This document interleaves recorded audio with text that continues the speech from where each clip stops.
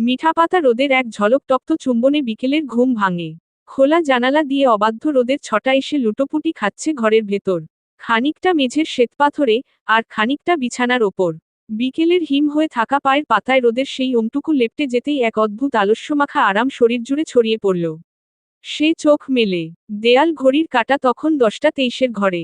প্রথমেই মনে হলো, এই উষ্ণ ওমটুকু গায়ে মেখে আরও কিছুক্ষণ অলসভাবে বিছানায় গড়াগড়ি করা যাক। কিন্তু পরক্ষণেই বিবেক দংশন করল না, সামনে পরীক্ষা, পড়তে বসা উচিত। আর ঠিক সেই মুহূর্তেই তাসের ঘরের মতো ভেঙে পড়ল সকালের সমস্ত প্রশান্তি। মগজে কোণে হাতুড়ির মতো ঘা দিল গতকালের প্রতিটি বিষাদময় স্মৃতি। বড় চাচ্চুর সেই রূঢ় কণ্ঠস্বর, বিকেলের সেই অসহায় আত্মসমর্পণ, পড়াশোনার পাঠ চুকিয়ে বিয়ের পিঁড়িতে বসার কঠিন প্রতিশ্রুতি, সবকিছু এক নিমেষে সকালের রোদ্দুরকে ফিকে করে দিল মুহূর্তেই। যে শরীরটা একটু আগে আরাম খুঁজে পাচ্ছিল, মুহূর্তেই তা নীল বিষণ্ণতায় ছেয়ে গেল, শরীরের সবটুকু শক্তি যেন হাওয়ায় মিঠাইয়ের মতো মিলিয়ে গেল শূন্যে। বিকেল বিছানা ছেড়ে নিচে নেমে আসে। একটা মানুষের মুখ বারবার তার চোখের সামনে ভেসে উঠছে। লোকটা এখন কোথায়? বাড়িতে কি সে আছে, নাকি আবারও কোথাও নিরুদ্দেশ হয়ে গেছে? গতকাল রাতের সেই রুদ্ধশ্বাস মুহূর্তগুলো কি তবে সত্যিই ঘটেছিল, নাকি পুরোটাই ছিল বিরহী মনের সাজানো এক রঙিন স্বপ্ন? মানুষের স্বপ্ন কি এতটাও বাস্তব হয়? বিকেলের মনের ভেতর এক ঘোর লাগা ধন্দ কাজ করে। সে পাগলের মতো ছুটে গেল ঘরের কোণে থাকা ময়লার ঝুড়িটার কাছে। কাল রাতে রোদ্দুর একটা সিগারেট লক্ষ্যভ্রষ্ট করে এখানেই ফেলেছিল, তার স্পষ্ট মনে আছে। সে তো নাকমুখ কুঁচকে ঘৃণাভরে চেয়েছিল সেদিকে। কিন্তু কি, এখানে তো কিচ্ছু নেই, কোনো ছাই নেই, কোনো পোড়া অবশেষ নেই। তবে কি সবটাই বিভ্রম, মরীচিকা, তার অবচেতন মনের কোনো কারসাজি? একটা দীর্ঘশ্বাস ফেলে বিকেল বিড়বিড় করে উঠল, তবে কি তুমি কেবল আমার স্বপ্নই হয়ে রইলে রোদ ভাই? বাস্তবের রুক্ষতায় তোমার নেই কোনো ঠাঁই? পরাজিত সৈনিকের মতো ধীর পায়ে সে আবারও বিছানায় ফিরে আসে। গুটিসুটি মেরে শুয়ে পড়ল আবারও। শরীরটা বড্ড ভারী লাগছে। মনের গহীনে এক তীব্র অস্থিরতা আর কাতরতা তাকে কুরে কুরে খাচ্ছে। ভেতরটা কেমন ফাঁকা হয়ে যাচ্ছে তার। একেবারে লো ফিল যাকে বলে। তার খুব ইচ্ছে করল কোনো এক ধূসর অজানায় হারিয়ে যেতে, যেখানে কোনো সম্পর্কের মারপ্যাচ নেই, নেই কোনো কঠিন শর্ত কিংবা ধিক্কারজনক কথাবার্তা। কিন্তু হায়, বিকেলের জীবনে আজ হারিয়ে যাওয়াটাও এক নিষিদ্ধ বিলাসিতা। শিকল পরা এই জীবনে শান্তির খোঁজ করা এক বৃথা আস্ফালন। বিষণ্ণ বিকেল শুধু এক আকাশ হাহাকার নিয়ে জানালার রোদের দিকে চেয়ে রইল। জানালার পর্দা ভেদ করে আসা রোদে ঘরের ভেতর দীর্ঘ ছায়া পড়েছে। কক্ষের স্তব্ধতা ভেঙে ভেতরে ঢুকল তৃপ্তি, তার পেছনে স্বস্তি আর দীপ্র। এই তিন মূর্তিকে একসাথে ঘরে ঢুকতে দেখে বিকেলের বুকের ভেতরটা অজানা এক শঙ্কায় ধক করে উঠল। সে বিছানায় আধশোয়া হয়ে বসে চোখে মুখে উৎকণ্ঠা ফুটিয়ে শুধাল, কি ব্যাপার? কিছু হয়েছে নাকি? তৃপ্তি যেন আকাশ থেকে পড়ে, কই না তো। কেন, কি হবে? না, মানে, তোরা সবাই এভাবে একসাথে হঠাৎ করে এলি যে? তৃপ্তি বাকি দুজনের দিকে অর্থবহ দৃষ্টিতে তাকিয়ে রসিকতা করে বলল, কিভাবে এলাম? পা দিয়েই তো হেঁটে হেঁটে এসেছি। এখন থেকে কি আসার আগে তোকে মেইল করতে হবে? কয়জন আসছি, কত স্পিডে হেঁটে আসছি সব ডিটেইলস দেব? স্বস্তি আর দীপ্র মুখ টিপে হাসছে দেখে বিকেলের পিত্তি জ্বলে গেল। সে চড়া গলায় বলল, সকাল সকাল ফাজলামি করিস না তো তৃপ্তি। এমনিতেই মেজাজ খারাপ হয়ে আছে, সব রাগ তোর ওপর গিয়ে পড়বে কিন্তু। তৃপ্তি নির্বিকার ভঙ্গিতে বিছানায় পা তুলে বসে, স্বস্তিও তার পাশে জায়গা নিল। দীপ্র খাটের এক কোণে দাঁড়িয়ে রইল শান্তভাবে। বিকেলের কপাল থেকে উদ্বেগের ভাঁজ সরছে না। ওর মনে হচ্ছে, ওরা অন্যরকম চোখে ওকে দেখছে, যেন কোনো গোপন রহস্যের সন্ধান ওরা জানে।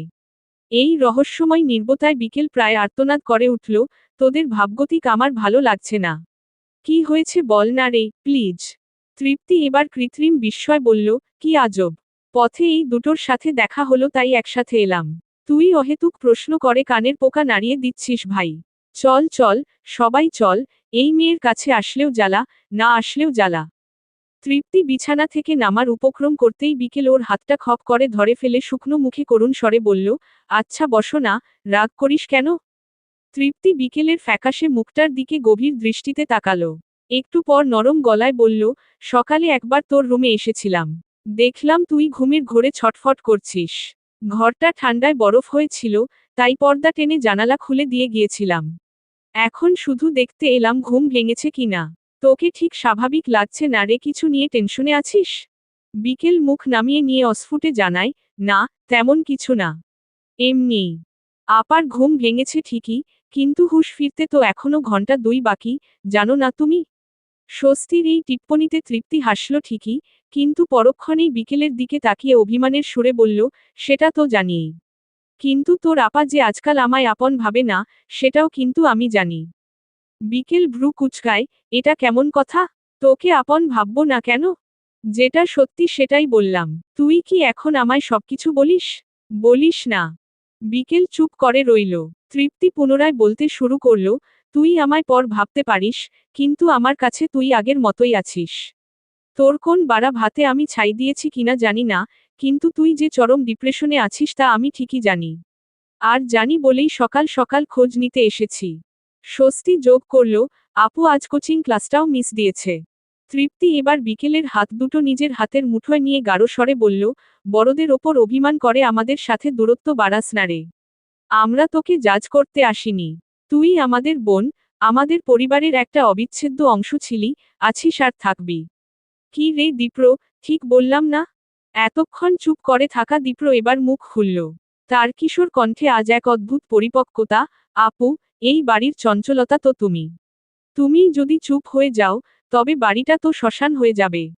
আমি ছোট হতে পারি, কিন্তু ভালো মন্দ বুঝি। প্লিজ, এভাবে আপসেট থেকো না। আমাদের খুব কষ্ট হয়। স্বস্তি এবার লাজুক হাসির আড়ালে এক আকাশ মমতা নিয়ে বলল, কাল রাতে আমি ভাত খাইনি। কয়েকবার তোমার দরজায় এসে উকি দিয়েছি। দেখেছিলাম তুমি ছোট চাচির ছবিটা জড়িয়ে ধরে কাঁদছিলে। দেখে আমার খুব কান্না পাচ্ছিল, কিন্তু রেগে যাবে ভেবে ডাকার সাহস পাইনি। তৃপ্তি যোগ করল, স্বস্তি ছুটে আমার কাছে গিয়েছিল। আমিই মানা করেছিলাম বিরক্ত করতে। বলেছিলাম কাঁদতে দে, কাঁদলে চোখ পরিষ্কার হয়, মন হালকা হয়, বিষণ্ণতা কমে যায়। আর তাই আমরা কেউ তোকে সান্ত্বনা দিতে আসিনি। তার মানে এই নয় যে আমাদের চিন্তা হয়নি। উই লাভ ইউ আপু। দীপ্রর এই কথায় ঘরের গুমট ভাবটা মুহূর্তেই এক পশলা বৃষ্টির মতো ধুয়ে গেল। বিকেল আর নিজেকে ধরে রাখতে পারল না। চোখের কোণ জ্বালা করে উঠল ওর। দৃষ্টি ঝাপসা হয়ে আসে। সে মাথা নিচু করে কান্না লুকানোর চেষ্টা করতেই টের পেল তৃপ্তির মমতাভরা হাতটা ওর চুলে বিলি কেটে দিচ্ছে। অভিমানের যে বিশাল পাথরটা বুকের ভেতর চেপে বসেছিল, তা যেন মুহূর্তেই গলতে শুরু করল। সে বড্ড একা ভেবেছিল নিজেকে, অথচ ভুলে গিয়েছিল এই প্রিয় মুখগুলোর কথা। তৃপ্তি মায়াবী স্বরে বলতে নেয়, কাঁদিস না রে। বলা মাত্রই বিকেল ভা করে কেঁদে উঠল। এতক্ষণের সবটুকু বাঁধ ভেঙে গেছে। স্বস্তি হেসেই ফেলল, ধুর, মানা করলা কেন? এখন তো থামানোই যাবে না। দীপ্র ফোড়ন কাটল, আপুকে যেটা করতে মানা করা হয়, উনি সেটাই সবার আগে করবেন। তৃপ্তি ও না হেসে পারে না। তিনজনের এই নির্মল হাসির ঝর্ণার মাঝে বিকেল একাই কেঁদে গেল। নাক ঠোঁট ফুলিয়ে, ফুপিয়ে ফুপিয়ে চলল তার 5 মিনিটের মুক্তিস্নান। একরাশ ভালোবাসা আর পরম মমতায় ভরে উঠল বিকেলের বিষণ্ণ সকাল। কম্বলের কোণটা তুলে বিকেলের দিকে বাড়িয়ে দিয়ে আদরে শাসনে বলল তৃপ্তি, অনেক হয়েছে, এবার চোখ মোছো তো। বিকেল আলতো হাসল। চোখ মুছতে মুছতে হঠাৎ মনের এক কোণে জমে থাকা প্রশ্নটা করেই ফেলল, মিশি কোথায় রে? মেয়েটা একটুও আসে না আমাদের কাছে। সারাক্ষণ কি নিয়ে যে থাকে। তৃপ্তি একটু নিঃশ্বাস ফেলে বলল, এখন আবার ওটা নিয়ে মন খারাপ করে বসিস না। ও তো বরাবরই এমন, একলা থাকতে আর নিজের মতো চলতেই পছন্দ করে। তুই তো জানিস ওকে। হু, জানি, তাই বলে মাঝে মাঝেও কি আসতে পারে না? বিকেলের কণ্ঠে ক্ষীণ এক আক্ষেপ ঝরে পড়ল। ওসব নিয়ে পরে ভাবা যাবে। এখন চুপচাপ ওঠ, ফ্রেশ হয়ে নাস্তা করবি চল। তৃপ্তির কণ্ঠে বড় বোনের মতো দৃঢ়তা। বিকেল ম্লান মুখে জবাব দিল, ইচ্ছে করছে না রে তৃপ্তি। ইচ্ছে করলেই কি, আর না করলেই কি? খাবি এক চর, রাতেও তো কিছু মুখে দিসনি। এভাবে না খেয়ে থাকলে কি পৃথিবীর সব সমস্যা মিটে যাবে? বড় মা নিজেই এখন হাজারটা চিন্তায় জর্জরিত, ফুপুর মনের অবস্থাও তো বুঝিস। তোকে আগলে রাখা বা যত্ন করার মতো এখন আমরা ছাড়া আর কেউ নেই। তাই আমরা যা বলবো, তোকে সেটাই শুনতে হবে। তৃপ্তির এই মাতৃসুলভ আচরণ দেখে বিকেলের মনটা হালকা হয়ে গেল। সে হেসে তৃপ্তির গায়ের ওপর গড়িয়ে পড়ল, তুই তো দেখি একদম মা হয়ে গেছিস। চাচিকে বলবো নাকি তোর বিয়ে দিয়ে দিতে? তৃপ্তি নাক সিটকে বলল, ইস, কি যে বলিস। কে করে বিয়ে? আমি তো জীবনেও এই ঝামেলার পথে পা বাড়াব না। পাশ থেকে স্বস্তি অমনি ফোড়ন কাটল, আমিও না। আমিও কখনো বিয়ে করব না। বিকেল ভ্রু কুচকে স্বস্তির দিকে চেয়ে মশকরা করে বলল, তোকে বিয়ে দেবেটা কে রে? তুই তো আস্ত এক আধ পাগলি। কোন ছেলে নিজের পায়ে কুড়াল মেরে তোকে ঘরে নেবে শুনি? স্বস্তি দমে যাওয়ার পাত্রী নয়। সে চটপটে গলায় পাল্টা জবাব দিল, তোমায় যদি কেউ নিতে পারে, তবে আমায়ও ঠিক কেউ না কেউ নেবে। স্বস্তির এই চটজলদি উত্তর শুনে তৃপ্তি হো হো করে হেসে ওঠে। হাসতে হাসতে বলল, সাক্ষাৎ দুই বোন। বিকেল তুই বড় পাগল, আর স্বস্তি হলো জুনিয়র ভার্সন। একদম পাগলে পাগলে টক্কর লেগেছে তোদের। বিকেল কপট রাগ দেখিয়ে স্বস্তির দিকে চেয়ে রইল। আর স্বস্তি জুবুথুবু হাসি হাসি মুখ নিয়ে বিকেলের চোখের দিকে তাকিয়ে রইল। পরাজিত হলো বিকেলই, চোখ সরিয়ে নিতেই স্বস্তি একটা জিতে যাওয়া টাইপ ভাব নিয়ে দীপ্রর দিকে তাকাতেই ওর মাথায় গাঁটটা দিয়ে চোখের ইশারায় চুপ থাকতে বলল দীপ্র। নে, চটপট ওঠ, হাত মুখ ধুবি। তৃপ্তি তাড়া দিয়ে উঠল। বিকেল বলল, যাই। বড় বাবা কোথায়? বাড়ি নেই। ওহ, একটু শান্তিই লাগলো নেই শুনে। একই সঙ্গে আরও একটি প্রশ্ন মাথা উঁচিয়ে জাগল হৃদয়ের কোণে, জিজ্ঞেস করবে কিনা ভাবছে বিকেল। তৃপ্তি ওকে ভাবুক হতে দেখে ধাক্কা দিয়ে শুধাল, এই, আবার কি নিয়ে ভাবতে বসে গেলি? না, কিছু না রে। বলেই বিকেল অল্প একটু হাসল। বিছানা ছেড়ে নেমে এল ঝটপট, আমি হাত মুখ ধুয়ে নেই, তোরা নাশতা করেছিস? না করলে একসাথে সবাই করব। বলতে বলতে ও নিজের ভাবনাকে পাশ কাটাতে চায়। মনকে শাসায়, ভুলেও ওই মানুষটির নাম ওর ঠোঁট দিয়ে উচ্চারণ করা যাবে না। এমনিতেই ওর কারণে বাড়ির পরিবেশ এত উত্তপ্ত, আর নষ্ট হোক, ও চায় না। তাছাড়া গত রাতে যা হয়েছিল, তার পুরোটাই স্বপ্ন। স্বপ্ন বই আর কী বা হবে? রোদ্দুর ভাইয়াকে তার খালাম্নির বাসায় পাঠিয়ে দিয়েছে বড় বাবা, নিজের কানে শুনেছিল বিকেল, সে এখানে আসবে কোথা থেকে তাও অত রাতে। তবু কেন যেন অবাধ্য মনটা বারবার না না করেই চলেছে। কথাগুলো আমলেই নিতে চাইছে না। বিকেলের নিজের প্রতিই নিজের রাগ ধরে। জাহান্নামে যাক ওই লোক, যা হওয়ার হোক, তাতে তোর কি রে জিজ্ঞেস করে মনকে, শক্ত করে। এবার আর উত্তর নেই বেচারার। আকুপাকু করে শেষমেশ চুপটি করে রইল। একটা গাঢ় নিঃশ্বাস ফেলে বাথরুমের দিকে পা বাড়াতেই তৃপ্তির ডাকে আচমকা থমকে দাঁড়াল। পেছনে ফিরে দেখল, তৃপ্তি বিছানার এক কোণে আঙুল দিয়ে কিছু একটা ঘষছে।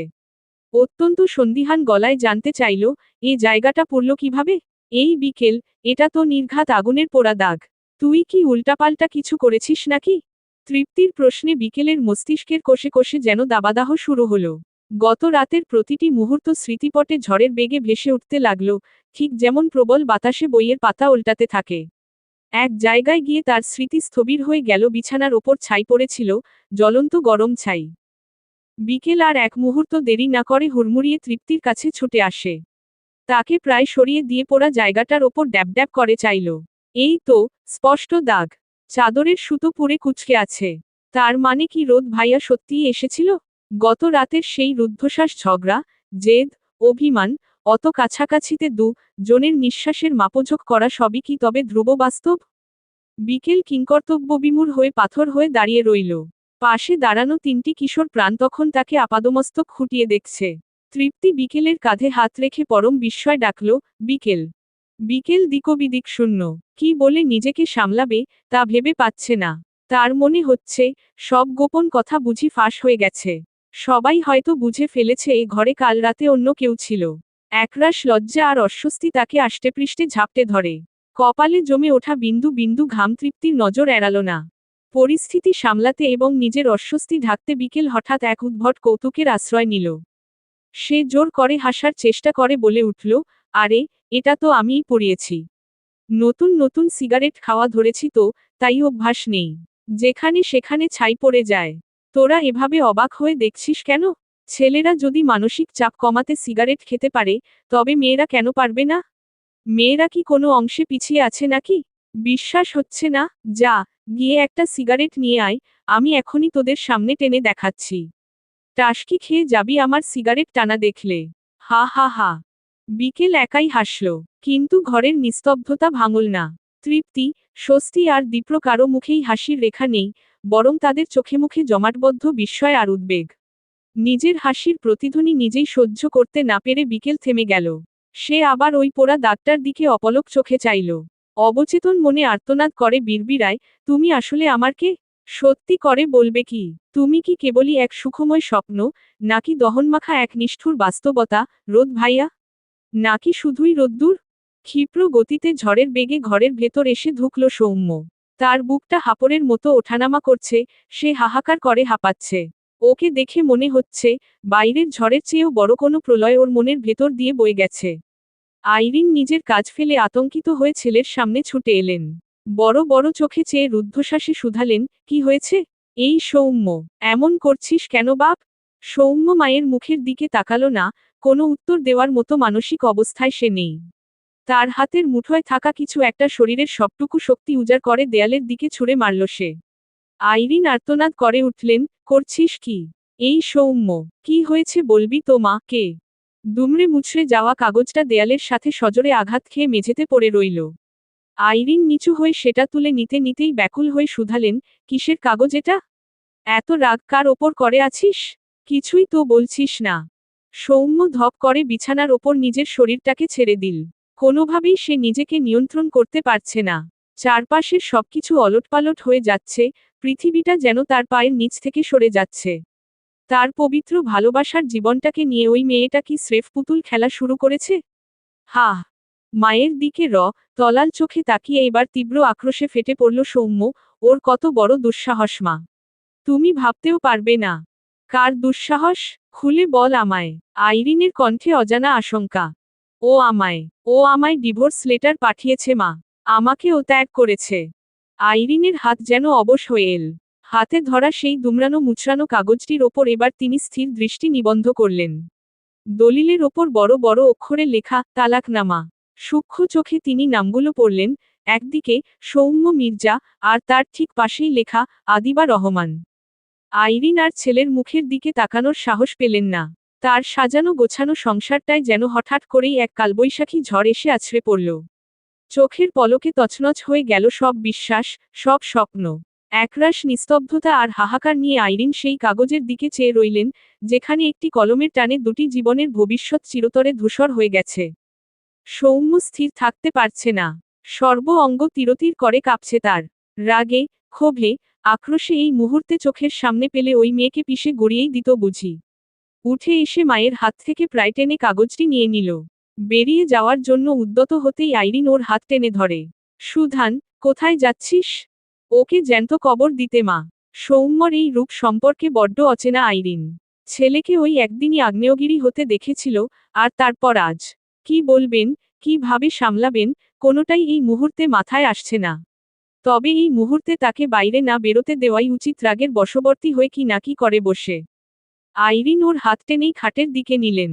বসতে ইশারা করে বললেন, তুই বসো তো, আমি দেখছি। তোকে কিছু করতে হবে। সৌম্য ধাপ করে দাঁড়িয়ে পড়ে, না, তুমি কেন দেখবে? এটা আমার আর ওর ব্যাপার। আমিই বুঝবো। আমি, তোর বড় চাচা, আমরা দেখছি তো বাপ। তুই শান্ত হ। বলে আবার বসিয়ে দিতেই সৌম্য পুনরায় উঠে দাঁড়ালো অস্থিরভাবে, জীবনটা আমার তো মা। আমাকে বুঝতে দাও। আমি তো ওকে বিয়ের জন্য চাপ দেইনি, ও দিয়েছিল। ওর মনে চেয়েছিল আমার জীবনে আসবে, এসেছে, আর আজ মনে চাইছে আমাকে সরিয়ে দেবে, ব্যাস ডিভোর্স পেপার পাঠিয়ে দিল। এটা কি একটা খেলা, যা খুশি তাই করা যায়? আইরিন অপলক চোখে সৌম্যর বিধ্বস্ত মুখটার দিকে চেয়ে রইলেন। বুকের ভেতরটা হাহাকার করে উঠল তার। এই তো তার ছেলে, বড্ড নরম মনের, বড্ড সহজ সরল আর বোকা কিসিমের একটা মানুষ। অথচ এই সরল জীবনের গল্পেই বিধাতা কেন যে এত জটিল এক চরিত্রকে পাঠালেন, তা আইরিনের বোধগম্য নয়। সৌম্যর হৃদয়টা যে কাচের মতো ভেঙে চুরমার হয়ে যাচ্ছে, তা তার চোখের কোণ দেখলেই বোঝা যায়। বিধাতা কি দেখছেন না এই হাহাকার? তবে কেন এমন হতে দিচ্ছেন? ছেলের এই যন্ত্রণাবিদ্ধ চোখের দিকে বেশিক্ষণ চেয়ে থাকার শক্তি আইরিনের নেই। তিনি নিঃশব্দে সরে দাঁড়ালেন। সৌম্য আর এক মুহূর্ত সেখানে স্থির থাকল না, ধপধপ পা ফেলে ঘর ছেড়ে বেরিয়ে গেল সে। ছেলের চলে যাওয়ার পথের দিকে চেয়ে আইরিন চোখের কোণে আঁচল টানলেন।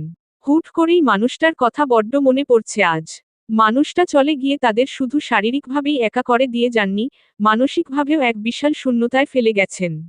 আজ যদি তিনি পাশে থাকতেন, তবে অন্তত আইরিন তার কাঁধে মাথা রেখে একটু কাঁদতে পারতেন, এই অসহ্য ভার কিছুটা হলেও ভাগ করে নিতে পারতেন। কিন্তু আজ চারপাশটা বড্ড নিঝুম, বড্ড একাকিত্বে ডোবা। কে কে সিগারেট খাওয়া ধরেছে, শুনি? বিকেলের বুকের ভেতরটা যেন হঠাৎ করেই এক প্রবল ধাক্কা খেল। পরিচিত গম্ভীর কণ্ঠস্বরটা কানে আসতেই সে দরজার দিকে তাকালো এবং স্তম্ভিত হয়ে গেল। রোদ্দুর, সে তবে বাড়িতেই আছে। এবার বিকেলের মনে আর কোনো দ্বিধা রইল না, গতরাতের প্রতিটি মুহূর্ত কোনো রঙিন স্বপ্ন ছিল না, কোনো মরীচিকা ছিল না, ছিল ধ্রুব বাস্তব। বিকেল দ্রুত একটা ছোট দীর্ঘশ্বাস ফেলে নিজেকে সামলানোর চেষ্টা করে। তার মন বলছে, এই মানুষটার সামনে বেশিক্ষণ দাঁড়িয়ে থাকা ঠিক হবে না। কেমন যেন বুকের বাম পাশটা চিনচিন করে উঠছে, অবাধ্য এক ব্যথা দানা বাঁধছে। নিজের ওপর নিয়ন্ত্রণ হারিয়ে ফেলছে সে, এক মুহূর্তের জন্যও রোদ্দুরের ওপর থেকে নজর সরিয়ে নেওয়া যাচ্ছে না। দিনের নিখোঁজ সংবাদ কাটিয়ে ফিরে আসা এই মানুষটা কি তবে আরও বেশি সুন্দর আর সুদর্শন হয়ে উঠেছে? বিকেলের চোখে ধরা পড়ল রোদ্দুরের তীক্ষ্ণ অবয়ব। চুলগুলো নিখুঁতভাবে ট্রিম করা, চাপ দাড়িগুলো যেন আরও ঘন আর কালো হয়ে উঠেছে। গতকালই খুব কাছ থেকে রোদ্দুরের দাড়ির একটু ওপরে ডান দিকের সেই ছোট্ট তিলটা প্রথম দেখেছিল বিকেল, যখন তাদের মাঝখানের দূরত্বটুকু এক হাতেরও কম ছিল। আজ রোদ্দুরের পরনে একটি বেবি পিঙ্ক জ্যাকেট। গোলাপি রঙের সাজপোশাকে যে একজন পুরুষকে এতটা চমৎকার আর পুরুষালী দেখাতে পারে, তা এই বান্দাকে না দেখলে কোনোদিন বিশ্বাসই হতো না বিকেলের। রোদ্দুর এক অচেনা মোহমায় আচ্ছন্ন করে রেখেছে চারপাশটা যেন। চোখ কিংবা মন দুটোই হাতের নাগালের বাইরে। বহু কষ্টে নিজেকে সামলে নত হয় বিকেল। তড়িঘড়ি লাগায়, আমি ফ্রেশ হতে যাই। এই দাঁড়া। রোদ্দুর গম্ভীর মুখে আদেশ স্বরূপ বলে উঠতেই বিকেলকে বাধ্য হয়ে দাঁড়াতেই হলো। তবে সে তাকালো না, কিছুতেই না। প্রাণপণে নজর এঁটে রাখল টাইলসের দিকে। যেন এর চেয়ে মণিমুগ্ধকর কোনো দৃশ্য এই মুহূর্তে হতেই পারে না। তাই তো, রোদ্দুরের ঠোঁটের কোণ বেয়ে নেমে আসা এক চিলতে হাসি চোখ এড়িয়ে গেল মেয়েটার। কাঁচা ঘুম ভাঙা এলোমেলো চুল আর আলুথালু সাজপোশাকে কি প্রিটি না লাগছে মেয়েটিকে।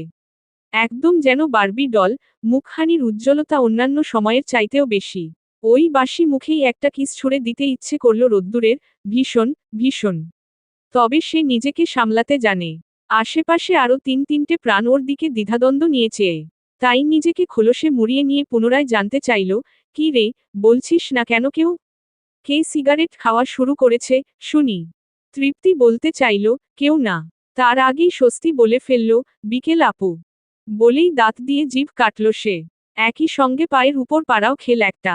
দীপ্র দিয়েছে। স্বস্তি চোখের ইশারায় সরি জানালো। ভুলে মুখ ফসকে বেরিয়ে গেছে আসল কথাটা। বিকেলের মনে হলো, মাটি ফাঁক হয়ে গেলে ও ঢুকে যায়। এটা নিয়ে এখন আবার নতুন কোন সিনেমা শুরু হয়, কে জানে। তবে মনে মনে প্রস্তুত ও রইল। সিনেমা হলে হোক, সেও দেখে নেবে এক চোট। কাকে বাঁচাতে এই মিথ্যে উগরেছে ওদের সামনে, তা কি ওই বাছাধন জানে না? রোদ্দুরের পেট ফেটে হাসি বেরিয়ে আসতে চাইল। কি ভীষণ ইনোসেন্ট হু। দোষ ঢাকার আর বাহানা খুঁজে পেল না। কি লেইম একটা এক্সকিউজ তুলেছে এদের সামনে, আর এরাও সব টা গর্দভের দল, ওটাকেই মনে প্রাণে বিশ্বাস করে নিয়েছে। জিন্সের পকেটে হাত ঢুকিয়ে একটু কায়দা করেই দাঁড়ালো ছেলেটা। বিকেলের নত জানু মুখটির দিকে লম্বা দৃষ্টি ফেলে সুধাল, কি রে, তুই সিগারেট খাওয়া ধরেছিস? কই, আমাকে তো কোনোদিন বললি না। বললে ভাই বোনে একসঙ্গে সিগারেট টানতে পারতাম। আমিও একা একা খেয়ে আর আরাম পাই না রে। বিকেল মাথা তুলে চাইল, ক্যাবলার মতো দাঁতগুলি বের করে একটা হাসি দেওয়ার চেষ্টা করে বলল, আসলে রোদ ভাইয়া, হয়েছে কি, তুই বড় হয়ে গেছিস, লুকিয়ে অনেক কিছু করতে শিখে গেছিস। তাই তো। কথা টেনে নিয়ে রোদ্দুর বলতেই বিকেল থম ধরল, না, আমি কি সেটা বলেছি? মনে মনে দাঁত কিরমির করল ও। শালা হারবজ্জাত ছেলে, নিজে সিগারেট খেয়ে ছাই ফেলে আমার বিছানার চাদর পুরানো, আর এখন আমাকেই জাজ করা। তোর জাজ করা আমি ছুটাচ্ছি। দেখ না। মুখে বলল, আজকাল সিগারেট খাওয়া একটা ফ্যাশন হয়ে দাঁড়িয়েছে অ্যাকচুয়ালি। আর আমি তো অত তামাকওয়ালা সিগারেট টানি না। যেটা খাওয়া শিখেছি, ওটা অনেকটাই সেফ। মেয়েদের সিগারেটই বলে ওটাকে। এসব শিখতে হয়। দেশের বাইরে এসবের অনেক চল। ওখানে চলতে গেলে আমাকেও ওদের মতোই মেইনটেইন করা শিখতে হবে না? তুই দেশের বাইরে যাবি? ভ্রু কুঁচকে গেল রোদ্দুরের, কেন? কবে? বিকেল ঠোঁটের হাসি চওড়া করে, যাবই তো। লজ্জা লজ্জা ভাব করে শুধায়, আগে ভেবেছিলাম পড়াশোনার জন্য যাব। বাট এখন ভাবছি। আরও লজ্জা টেনে এনে গালে, নাকে বসালো, ঢঙি গলায় বলল, স্পাউস ভিসায় যাব। বাপি তো এমনিতেও আমাকে বিয়ে দিতে চায়। সো আমিও ভেবেছি, বাহিরের কাউকেই বিয়ে করব, রিচ ডুড, মানি পাওয়ার, ল্যাভিশিং লাইফ। উফ অফ। কথাগুলো স্রেফ জ্বালানোর জন্য বলা। ফলাফল হলোও তাই। রোদ্দুরের বুকের ভেতরটা কেউ কাছি দিয়ে গুটিয়ে তাক্ত করে তুলল মুহূর্তেই। চোখের সামনে ভেসে ওঠল, অন্য কেউ বিকেলের ওই নরম তুলতুলে মাখনের মতো হাতখানা শক্ত করে চেপে ধরে আছে। জনে হাঁটছে সমুদ্রের পাড়ে। উফ, কি যন্ত্রণা, কি অসহ্য ব্যথা। এগিয়ে এসে ওকে চেপে ধরতে চাইল রোদ্দুর, ছটফট করে উঠল, কিন্তু ভুলে গেল না এখানে সে আর বিকেল একলা নয়, চোখ ঘুরিয়ে বাকি সবার দিকেও চাইল। সকলেই বিস্ময় নিয়ে বিকেলকে দেখছে। মেয়েটার মাঝে মাঝে যে কি হয়, এই ভালো তো এই পাগল পাগল কথা ভাবছে সবাই। রোদ্দুর আড়ালে গরম চোখে ওর দিকে উষ্মা মিশ্রিত দৃষ্টি ছুড়ে দিল। দেখে নিল বিকেল, হাসি লম্বা করে তীব্র কটাক্ষ ছুড়ে দিল বিনিময়ে। গলা খাকড়ে ওঠে রোদ্দুর, দেখছিস তৃপ্তি, তোরা আসলেই জন্মের বোকা। মেয়ে হলে ওর মতো হ। ওর একটাই এম ইন লাইফ, বড়লোক রিচ কিড বিয়ে করে সেটেলড হওয়া। আর তোরা কি গণ্ডমূর্খের মতো বইয়ের খাতায় মুখ গুজে দিনরাত পড়ে থাকিস, ছি। সঙ্গে সঙ্গে মুখটা ভোতা করে বলল বিকেল, মজা নিচ্ছ রোদ ভাইয়া? নাও নাও, শোনো, আমি কোথাও একটা পড়েছিলাম, বিয়ের পর কান্নাকাটিই করতে হবে।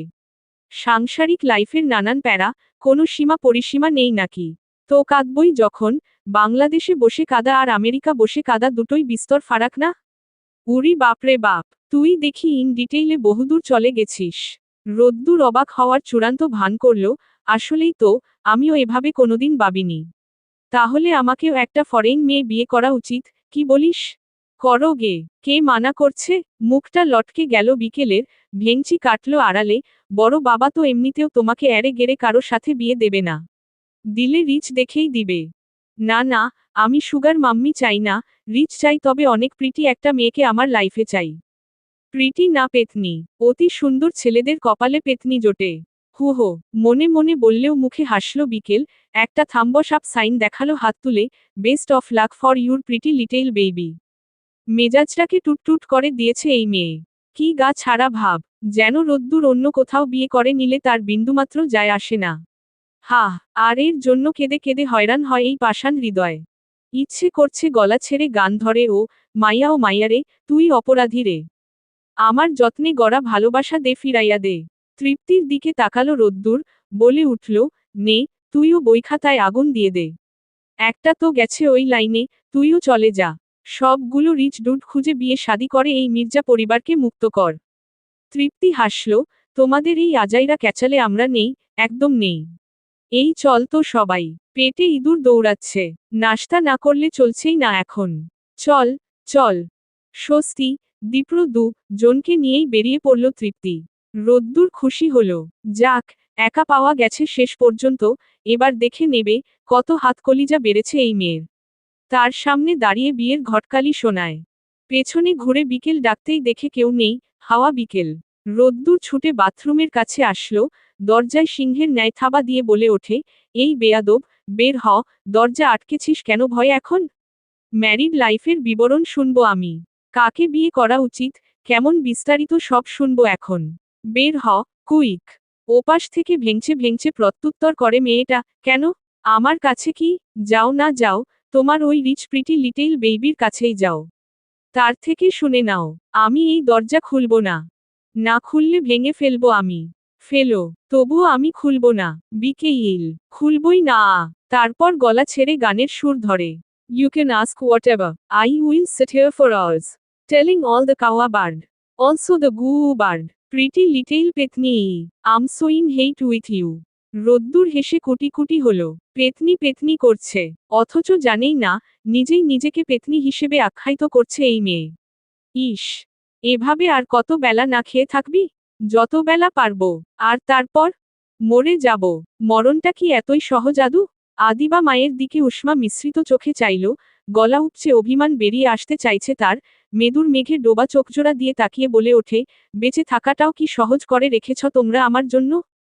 ভদ্রমহিলা বিছানার উপর বসলেন। আদিবা নিচে বসে আছে, বেডে পিঠ ঠেকিয়ে। একটা হাত তার মাথার উপর আলতোভাবে রাখতেই তেলেবেগুনে জ্বলে উঠে সরে যায় আদিবা। ঘাড় ঘুরিয়ে অগ্নি দৃষ্টিতে তাকিয়ে বলে, খবরদার, তোমার এই মিথ্যে ইমোশন আমায় দেখাতে আসবে না তো মা। এভাবে কথা বলছিস কেন আদু? এত কিছুর পরেও কি তোর বুঝো হবে না? হয়েছে তো, যা চেয়েছিলে, আমি তাই করেছি। সৌম্যকে ডিভোর্স পেপার পাঠিয়ে দিয়েছি। ওর সঙ্গে আমার সব সম্পর্ক চুকেবুকে গেছে তো। আর কি চাও? আমি একা থাকতে চাই, একদম একা। বুঝতে পেরেছ? আর যদি রে যাই, তবে তুমি বা তোমার হাজবেন্ড কেউই যেন আমার শটাও দেখতে না আসে। Mind it. উনি ঠাস করে একটা চর বসিয়ে দিলেন আদিবার গালের উপরে। চর খেয়ে বিন্দুমাত্র অবাক হলো না মেয়েটা, বরং জোরে জোরে তপ্ত নিঃশ্বাস ফেলে বোঝাতে চাইল, যদি মা না হতে, তবে তোমায় আমি ভস্ম করে দিতে দুবার ভাবতাম কিনা সন্দেহ। বেজন্মা হয়েছিস, বেজন্মা, বাপ মা, পরিবার এসবের চেয়ে লাং আপন। লাং, দেখব, কতদিন না খেয়ে থাকতে পারিস। আর যদি মরে যাস তবে যা, ভুলে যাব, তোর মতো শয়তান, স্বার্থপর মেয়েকে আমি পেটে ধরেছিলাম। তিনি উঠে দাঁড়ালেন। আদিবা ঠোঁটের কোণ দিয়ে এক ফোঁটা হাসি বের করে বলল, স্বার্থের কথা বলো তুমি? হাহ, গটগট করে বেরিয়ে গেলেন উনি। আদিবা তার যাওয়ার পানে পানির বড় মগটা ছুঁড়ে মারল। সেটা মেঝেতে পড়ে ঝংকার তুলল বড়। বার তিনেক গড়াগড়ি খেয়ে থামল। মেঝেটা পানিতে ভিজে গেছে, তার উপর জলছাপ পড়ল আসিফের। সে ভেতরে ঢুকেছে নিঃশব্দে। আদিবা মুখ ঘুরিয়ে বসে রইল। কারো চেহারা দেখার ইচ্ছে করছে না, নাকি কথা বলার মুড আছে। বরং হাতের কাছে একটা ডিনামাইট থাকলে সবকিছু উড়িয়ে দিয়ে শান্তি পেত মেয়েটা। হৃদয়ের দহনে ওর সব জলে পড়ে ছারখার। আসিফ জড়ো পায়ে এগিয়ে এসে বিছানার উপর বসেই রয় মিনিট দুয়েক, নিশ্চুপে। কিছু একটা বলার প্রস্তুতি নিল বুঝি। এই সময়ে সে দেয়াল দেখে, টাইলস গোনে, জানালার বাইরে তাকায়। আর চোখে একবার মেয়েটাকেও পরখ করে নেয়। তারপর গলা খাকরে বলে, সইটা করলে কেন? আদিবা উত্তর দিল না, এমনকি মুখও ঘুরালো না। যেভাবে বসেছিল, সেভাবেই বসে রইল, ক্লান্ত পরাজিত সৈনিকের মতো। আসিফ আবারও বলল, ওরা মা, রত, তুমি সয় নিতে। সয়ই তো ছিলে এতগুলো দিন, আর টা দিন, তারপর ওরাই ক্লান্ত হয়ে থামত। নিজে থেকে কেন? কারণ, আমি চাইনি, একটা কাগজের পাতা সৌম্যকে মায় বেঁধে রাখুক। ধীরস্বরে বলল আদিবা। বসে যাওয়া চোখ নিয়ে ফিরে চাইল। আসিফ চমকায়, কি হাল হয়েছে মেয়েটার? এ কি সেই আদিবা, যে নিত্যদিন মাতিয়ে তুলত এই বাড়িটাকে তার নিজস্ব পাগলামি আর চঞ্চলতা দিয়ে? না, হতে পারে না তো। সেই আদিবা হতেই পারে না। ঘৃণা জন্মে এই বাড়ির প্রতিটি পুরুষের উপর, এমনকি নিজের উপরেও। কিছুই তো করতে পারছে না সে। কিচ্ছু না। সেদিন যদি ওই চিঠিটা নিয়ে সৌম্যর কাছে পৌঁছাতে পারত অন্তত, হয়তো ছেলেটা জানত আদিবা প্রতারক নয়, নাকি বিশ্বাসঘাতক, বরং ভালোবেসে মৃত্যুকে আপন করে নিয়েছে শুধুই তার নামে। কি পরিমাণ মানসিক যন্ত্রণার ভেতর দিয়ে যাচ্ছে ও। কেউ নেই পাশে, কেউ না। এই যুদ্ধ কেবল ওর একার। এই যাতনা কেবলই ওর ব্যক্তিগত। আসিফের মন খারাপ হয়, প্রচণ্ড। চোখ ফিরিয়ে নিল ও। শুনতে পেল, রুগ্ন কণ্ঠস্বরটা নাড়িয়ে থেমে থেমে বলছে মেয়েটা। জানিস, আমি কোনোদিন ভাবিনি আমার ভাগ্যের লিখন এত খারাপ। বিশ্বাস কর, ভাবতেই পারিনি। যদি জানতাম, তবে ওকে জোড়াতাম না। তুই তো সৌম্যকে চিনিস না ব্যক্তিগতভাবে, যদি চিনতি তবে ওকে আইডল মানতি। দেখতি, পুরুষ মানুষও কত মায়াকারা হয়। কি ভীষণ স্নিগ্ধ সুন্দর পবিত্র হয়। ওর কোনো বাজে অভ্যেস ছিল না জানিস। আর বিপদ আপদে যদি তুই কাউকেও পাশে না পাস, তবু চোখ বুজে দেখবি, ও আছে। ওর এই ব্যক্তিত্বই আমাকে টেনেছিল। আমি সব ভুলে ওকে পাওয়ার জন্য মরিয়া হয়ে উঠলাম। পেলাম ও বাট আমার নসিব। রাখতে পারলাম না, গুমিয়ে উঠল ও। আসিফ ফিরে তাকালো, আদিবা ওর দিকেই চেয়েছিল, শেষ পর্যন্ত যা ছিল না, তা ধরে রাখতে চাওয়ার কোনো মানে নেই। মায়ার গিট্টুতে আটকা পড়লে তরপে তরপে মরে যাবে ও। আমি চাই না, তাই সই করে দিয়েছি। না হয় থাকলাম ওর জীবনে প্রতারক হয়ে, না হয় আমার নামটা শুনে ওর ঘেন্নাই পেল ফোঁটা। তবু, ভালো থাকবে ও, বেঁচে থাকবে। আর তুমি, আমি, ভালোবাসার মানুষটা ভালো আছে জানাই তো নিজের ভালো থাকা, তাই না? হোক সেটা অন্য কারো সঙ্গে, তবু যে স্বপ্নগুলো আমার ছিল, আমাদের ছিল, তার সবটাই তার হোক। একান্ত তার হোক। মুচকি হেসে আদিবা কথা শেষ করে। আসিফ কিছু বলতে পারে না, কেবল বোকার ন্যায় চেয়ে থাকে ওই মুখটির দিকে। ভালোবাসায় ত্যাগ জীবনে সিনেমা কিংবা ছবিতেই তো দেখেছিল এমন। বাস্তবেও যে সম্ভব, আদিবা বুঝিয়ে দিল। ভালোবাসলেই তাকে নিজের করে পেতে নেই। ছেড়ে দিয়েও ভালোবাসা যায়, দূরে থেকেও ভালোবাসা যায়। ভালোবাসা যায় বেঁচে থাকায় কিংবা মৃত্যুতে। ভালোবাসা যায় কেয়ামতেও। আসিফ বিছানা ছেড়ে উঠে দাঁড়ালো। তার মনের সব ভাষা আজ এক অতল স্তব্ধতায় গিয়ে মিশেছে। তবে এই নীরবতার আড়ালে বুকের ভেতর দাউদাউ করে জ্বলছে প্রতিশোধের আগুন। সে একবার দেয়ালের দিকে তাকালো, কোথাও কোনো সিসি ক্যামেরা প্রকাশ্যে চোখে পড়ে না, কিন্তু সে জানে এই ঘরের কোথাও না কোথাও লোনা চোখে তাকিয়ে আছে সেই গোপন লেন্স, যেখান থেকে প্রতিটি কথা, প্রতিটি নিঃশ্বাস রেকর্ড করা হয়। সেদিন তো এভাবেই সব ওলটপালট হয়ে গিয়েছিল। তার আর আদিবার একান্ত আলাপগুলো আড়ি পেতে শুনেছিলেন আশফাকুল রহমান। আদিবা তাকে যে মুক্তির কাগজটি দিয়েছিল, সেটি আসিফের হাত পর্যন্ত পৌঁছানোর আগেই দরজার নিচ দিয়ে ছো মেরে নিয়েছিলেন তিনি। এরপর শুরু হয়েছিল এক নারকীয় অধ্যায়। আশফাকুল রহমান আর আসিফের বাবা দুজন মিলে তাকে যে ভাষায় অপমান করেছিলেন, তা মনে পড়লে এখনও আসিফের কান দিয়ে তপ্ত সীসা চুইয়ে পড়ে। আদিবাকে সমর্থন করার অপরাধে, তার ব্যথায় ব্যথিত হওয়ার দায় তাকে শুনতে হয়েছিল সে পুরুষ নামের কলঙ্ক। আশফাকুল তো ভাইয়ের দিকে তাকিয়ে ঘৃণায় থুতু ছিটিয়ে বলেছিলেন, এমন অপদার্থ ছেলে জন্ম দিয়েছ? এর 2 হাতে চুরি পরিয়ে ঘরে বসিয়ে রাখো। এ তো ছেলে নয়, এ বাড়ির মান ইজ্জত ডুবানোর জন্য জন্মানো এক বেজন্মা। একজন তো কুলাঙ্গার হয়েছেই, এটাও দেখি সেই পথেই নেমেছে। ছি! সেই জঘন্য বাচনভঙ্গি আর নিষ্ঠুর শব্দগুলো আসিফের মগজে কামড় দেয়। নিজের জন্মের প্রতি এক তীব্র ঘৃণা বিষের মতো ছড়িয়ে পড়ে রন্ধ্রে রন্ধ্রে। রাগে তার মাথা ঝিমঝিম করে ওঠে, চোখের মনি রক্তাভ হয়ে যায়। নিজের ওপর নিয়ন্ত্রণ হারিয়ে সে হয়তো বড় কোনো অঘটন ঘটিয়ে ফেলবে এমন এক ঘোর তৈরি হয় তার ভেতরে। জীবনে কোনোদিন এতটা ক্রোধ তাকে গ্রাস করেনি। দমাদম পা ফেলে ঘর থেকে বেরিয়ে যায় আসিফ। তার চলে যাওয়ার শব্দের প্রতিধ্বনি বিলীন হওয়ার পরও আদিবা ওভাবেই বসে থাকে। নিথর, নিশ্চুপ আর অসহায়। যেন এক জিম্মি হওয়া জীবন তার, যার নিজের বলতে কিছুই নেই, কেবল তাকিয়ে থাকা ছাড়া। আজকের খাবার ঘরটা এক নিরেট পাথরের স্তব্ধতায় জমে আছে। পরিবেশটা এতটাই থমথমে যে, বাতাসও খুব সাবধানে ঘরের ফাঁকফোকর গলিয়ে নিঃশব্দে বেরিয়ে যাচ্ছে। কারো মুখে কোনো রান নেই, কারো কণ্ঠে কোনো শব্দ নেই, কেবল চামচ আর বাটির যান্ত্রিক টুংটাং আওয়াজ সেই অসহ্য নীরবতাকে আরও প্রকট করে তুলছে। মির্জা পরিবারের প্রায় সবাই আজ একত্রে দস্তরখানে বসেছে, কেবল বিকেল বাদে। সে ইচ্ছে করেই আসেনি। তৃপ্তি আর স্বস্তি বেশ কয়েকবার ওর ঘরে গিয়ে সাধাসাধি করেছে, কিন্তু লাভ হয়নি।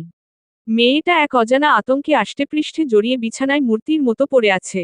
ডাইনিং টেবিলে আজ রোদ্দুর আছে খোদ ওসমান মির্জাও। তাদের সামনে গিয়ে দাঁড়ানোর মতো মানসিক শক্তি বিকেলের নেই। সে কোনোভাবেই চায় না এই মুহূর্তে ওই মানুষগুলোর চোখের সামনে পড়তে। বাপ আর মেয়ের মাঝখানে আজ যে যোজন যোজন দূরত্বের দেয়াল দাঁড়িয়েছে, তা কি কোনোদিন ঘুচবে? কোনো শ্রাবণের অবিরাম ধারা কি পারবে এই জমে থাকা তিক্ততার গ্লানি ধুয়ে মুছে সাফ করে দিতে? উত্তরটা কারো জানা নেই। বিষণ্ণতা আর একরাশ অস্বস্তি নিয়ে বাকিরা খাওয়ায় মন দিল। রেহনুমা লতি ভাজির বাটিটা ছেলের দিকে বাড়িয়ে ধরে নিস্তব্ধতা ভেঙে বলে উঠলেন, এটা খেয়ে দেখ। চিংড়ি দিয়ে করা। রোদ্দুর হাত উঁচু করে মা, কে থামবার ইশারা করে, না, নেব না। পরমুহূর্তে শুকনো পাতের ভাতে আঙুল চালায়। রেহনুমা একটু অবাক কণ্ঠেই বলেন, কেন রে? তোর সবচেয়ে ফেভারিট বলেই তো। ইচ্ছে করছে না, জবাব দেয় রোদ্দুর। রেহনুমা চুপ করে যান। চোখে মুখে একটা মেদুর রঙের ছায়া নেমে আসে তার। উমেদ মির্জা স্ত্রীর বিষণ্ণতাকে এড়িয়ে যেতে পারলেন না। ভাত চাবাতে চাবাতে গম্ভীর কণ্ঠে বলে উঠলেন, একটু নিলে কি ক্ষতি হতো বাবা? তোমার মা অনেক শখ থেকেই রান্না করেছিলেন। রোদ্দুর উমেদ মির্জার দিকে স্পষ্ট সরাসরি চোখে তাকালো। উমেদ মির্জা এবং রোদ্দুরের চেয়ারটা একদম মুখোমুখি আসনে, সে বলল, ভালো না লাগলেও অনেক কিছুই করতে হয়। এক প্রকার বাধ্য করা হয় করার জন্য, বাট এটা কেন বাবা? ধরো, আমার একটা জিনিস ভালো লাগছে না, আমি সেটাতে কমফোর্ট ফিল করছি না, তখন তোমার কাছে কোনটা আগে? আমার কমফোর্ট নাকি ওই কাজটা? কি কথার কি জবাব! উমেদ মির্জা চমকে উঠলেন। ছেলের কণ্ঠস্বর এমন কেন? বুঝতে পারলেন না ঠিক করে। ছেলেটা তার এসেছে সকাল বেলায়, না বলে কয় হঠাৎ এসে হাজির হয়েছে। অথচ এদিকের ঝামেলা না মেটানো পর্যন্ত তাকে খালার বাসায় থাকবার কঠিন নির্দেশনা দিয়েছিলেন তিনি। সেটা রোদ্দুর মানেনি। জীবনে এই প্রথম রোদ্দুর নিজে থেকে একের পর এক সিদ্ধান্ত নিচ্ছে এবং তাই তামিল করছে। এমনকি কথার পৃষ্ঠে কথাও ছুড়ছে দৃঢ় স্বরে। উমেদ মির্জা শক্ত হয়ে উঠলেন ভেতরে ভেতরে। প্রকাশ করলেন না সঙ্গে সঙ্গে। একটু সময় নিয়ে চোখের কোণ দিয়ে রেহনুমার দিকে একটি দৃষ্টি ছুড়ে দিয়ে শুধালেন, অবশ্যই তোমার কমফোর্ট বেছে নেব। আবারও থেমে যোগ করলেন, তুমি জানো, তোমাদের উপর আমার কাছে অন্য কিছুই নাই। রোদ্দুর ঠোঁটের কোণ দিয়ে অল্প একটু হাসি ছুড়ে দিয়ে পুনরায় খাওয়ায় মন দিল। উমেদ মির্জাও থম ধরা হাতটা চালালেন ভাতের পাতে, তবে মনে একটা কামড় দিয়ে ধরে রইল কিছু, সেটাকে এড়াতে পারলেন না মোটেই। ওসমান মির্জার এসবে অবশ্য মাথা ব্যথা নেই কোনো। তিনি আজ বাসায় এসেছেন, বড়জোর রাতটা থাকবেন, তারপর আবার ৫-৭ দিনের জন্য গায়েব হবেন। দিশা কক্সবাজার যাওয়ার প্ল্যান করেছে। না নিয়ে গেলে আবার আরেক যন্ত্রণা। আপাতত সেদিকেই তার সমস্ত ধ্যান জ্ঞান। তাছাড়া বড় ভাই যখন বিকেলের বিয়ের ব্যাপারে সব দায়িত্ব নিজের কাঁধে তুলে নিয়েছেই, তখন আর ওসমানের বলার কি আছে? বিয়ে হয়ে চলে যাক, তারপর সে দিশার ব্যাপারে এই বাড়িতে কথা তুলবে। দিশা এবং তার সন্তানকে সে নিয়ে আসবে। নতুন ভাবে জীবন গোছাবে। কত কত পরিকল্পনা মাথার ভেতর। এর ভেতর রোদ্দুরের বলা কথাটি কানের পাশ ঘেঁষে বেরিয়েই গেল প্রায়। ওসমান মির্জা শুনতে পেলেন না বলে আবারও ডেকে উঠল তাকে রোদ্দুর, এবার বেশ কড়া ভাবেই ডাকল, ছোট চাচ্চু। ওসমান মির্জা খাওয়া থামিয়ে মাথা তুললেন, আমাকে ডাকো? হ্যাঁ, আপনাকে। কোথায় থাকেন? কতবার ডাক দিলাম। সরি বাবা, খেয়াল করিনি। জানি, তাই ডাক দিলাম, আপনার উচিত ছিল এদিকে খেয়াল দেওয়া। দিলে দেখতে পেতেন, বিকেল খাবার টেবিলে আসেনি। ওসমান মির্জা সঙ্গে সঙ্গে ভ্রু কুঁচকে ফেললেন। উমেদ মির্জাও থম ধরা চোখে ছেলের পানে তাকিয়ে আছে। রোদ্দুরের হাবভাব কিছুটা মাতাল মাতাল লাগছে তার। ছেলে তো কোনোদিন ড্রিঙ্ক করে না, তাহলে আজ এত অসংলগ্ন কেন তার আচরণ? এমন কিছু কি হয়েছে যা সে জানেন না? তার ঈগলের দৃষ্টি এড়িয়ে যাওয়ার কথা তো নয়। রোদ্দুর পুনরায় বলে ওঠে, সবাই আনন্দ করে খাচ্ছে, আপনার মেয়ে একা একা নিজের ঘরে দরজা আটকে বসে আছে। আপনার কি একবারও তাকে ডাকার খেয়াল আসেনি ছোট চাচ্চু? ওসমান মির্জা গম্ভীর কণ্ঠে শুধালেন, সেটা আমার ব্যক্তিগত বিষয় বাবা। তুমি ছোট মানুষ, বড়দের ব্যাপারে ঢুকতে হয়। প্রায় কথা কেড়ে নিয়েই বলে রোদ্দুর, বড়দের ম্যাটারে ছোটদেরও ঢুকতে হয়। যখন দেখি, বড়রা অন্যায়ের সীমা পরিসীমা অতিক্রম করে ফেলছে, তখন। রোদ্দুর, উমেদ মির্জা চেঁচিয়ে উঠলেন, কার সঙ্গে কি বলছো তুমি, হুঁশ আছে? রোদ্দুর বাবার দিকে তাকালো, আমি তো অন্যায় কিছু বলিনি বাবা। তোমার কাছে আমি আগে, আমরা আগে, লতা চাচির কাছেও তার মেয়েরা আগে, তবে ছোট চাচ্চুর কাছে কেন বিকেল আগে না? এই যে দাদি ওকে সবসময় কথায় কথায় ছোট করে, এগুলো তোমরা কেন আমলে নাও না? ওর মা নেই, ও অসহায়, আমরা না হয় ওকে গুরুত্ব না দিতে পারি, কিন্তু তিনি আপন বাবা হয়েও কেন গুরুত্ব দেবেন না? রোদ, তোমাকে আমি ভদ্র ছেলে হিসেবেই জানতাম এতদিন। আমিও আপনাকে ভালো চাচ্চু হিসেবেই জানতাম। কিন্তু আপনি যে সবার আড়ালে অন্য সংসারে এতই মজে গেছেন, নিজের মেয়ের প্রতি এত অবহেলা দেখাচ্ছেন, এসব দেখার পর আপনার সঙ্গে ভালো সম্পর্ক রাখার কোনো অবকাশ নেই। ওসমান মির্জা টেবিল ছেড়েই উঠে দাঁড়ালেন এইবার। মুখ থেকে ভয়াবহ শব্দের লি বেরিয়ে আসতে চাইল তার। উমেদ মির্জা সামনে দেখে তিনি নিজের লাগাম টেনে বড় ভাইয়ের দিকে তাকালেন, তুমি ওকে সামলাও বড় ভাই। আমার হাতে শেষে না চড় থাপ্পড় খায়। রোদ্দুর ও উঠে দাঁড়ালো, সমান তেজ নিয়ে বলল, খেলে খাবো তবু অন্যায়ের পক্ষে নাই। আপনি অস্বীকার করতে পারবেন, বাইরে আপনার আরেকটা সংসার নেই? উমেদ মির্জা স্তব্ধ, স্তব্ধ ঘরের প্রতিটি সদস্য। এমনকি ঘরের প্রতিটি সদস্য নিঃশ্বাস নিতে ভুলে গেছে যেন। হা করে চেয়ে একবার ওসমান মির্জার রক্তাভ মুখখানা দেখছে, আরেকবার রোদ্দুরের ছোড়া প্রতিটি বিষ বাক্যবান গিলছে। কি ভীষণ বাজে আর অস্বস্তিকর পরিবেশ। ওসমান মির্জা হতবিহ্বল হয়ে পড়েছেন। রাগে, ক্রোধে, অন্ধ হয়ে শূন্যতা বোধ করছেন। এ বাড়ির কারো জানার কথা নয়, বাইরে তার কি আছে না আছে। এই ছেলে জানল কিভাবে? বিচ্ছুর বাচ্চা, মাটি খুঁড়েও সব বের করে ফেলে। মনে মনে বিড়বিড় করেন তিনি। দাঁত কিরমির করে জানান দিচ্ছেন, নেহাত সামনে বড় ভাই আছে বলেই আদবের সঙ্গে এখনো মুখে কুলু পেটে রেখেছেন তিনি। নইলে রোদ্দুরকে বুঝিয়ে দিতেন, কোথায় কি কিভাবে বলতে হয়। রোদ্দুর বাবার দিকে তাকালো, চোখে চোখ রেখে স্পষ্ট গলায় বলল, তোমরা তাকে খুব ভালো মানুষ মনে করো? সে অনেক কষ্টে আছে, তার ব্যথায় মর্মাহত হয়ে বিকেলকে যা নয় তাই বলো। অথচ জানোই না, এই লোকটা বাইরে বাইরে একটা পুরো দুনিয়া সাজিয়ে ফেলেছে। সেখানে তার একটা ছেলেও আছে। ছেলে, অথচ মজার বিষয় হচ্ছে, বিয়ে ছাড়াই তারা একটি সন্তান পয়দা করে ফেলেছে। এত বড় নির্লজ্জের মতো কাজ করে আবার তোমাদের সবার সামনে নিজেকে ভিকটিম সাজায়, ব্লেম দেয় ওই মেয়েটাকে। যে কিনা জানেও না ঠিক কোন দোষে ওর উপর আছড়ে পড়ে সবাই। দাদি খারাপ ভাষা করে, অথচ ওর মায়ের মৃত্যুতে ওর কোনো হাত ছিল? যার যার আয়ু, সে তার রিজিকেই লিখিয়ে নিয়ে আসে। এরপরেও তোমরা কেউ সহমর্মিতা প্রকাশ করনি। ওই মেয়েটার দুঃখগুলো বুঝতে পারোনি। উল্টো নানান ভাবে ওকে ছোট করেছ, অপদস্থ করেছ। আর চাও, আমি মহান হই, আমি ভালো গুণাবলী সম্পন্ন মানুষ হই। যেখানে আমার বাপ চাচারাই এসব নিকৃষ্ট কর্মকাণ্ড। ছি! রেহনুমার দিকে তাকায় রোদ্দুর, মায়ের প্রতিও অভিমান নেহাত কম নয় তার।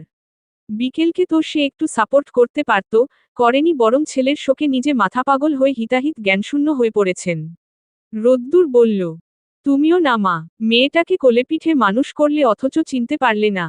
ওর মনে জমানো দুঃখ কষ্টগুলো একটু মমতা দিয়ে গলাতে পারলে না। ও আমায় কেন বলেছিল জানো? আমি ওকে ফোর্স করেছিলাম তাই। আমি ওকে ভয় দেখিয়েছিলাম, আমাকে বলতেই হবে, তাই ও আমাকে সব খুলে বলতে বাধ্য হয়েছিল। ওই বুড়ো ভামটা, ও ব্যাড টাচ করেছিল বিকেলকে।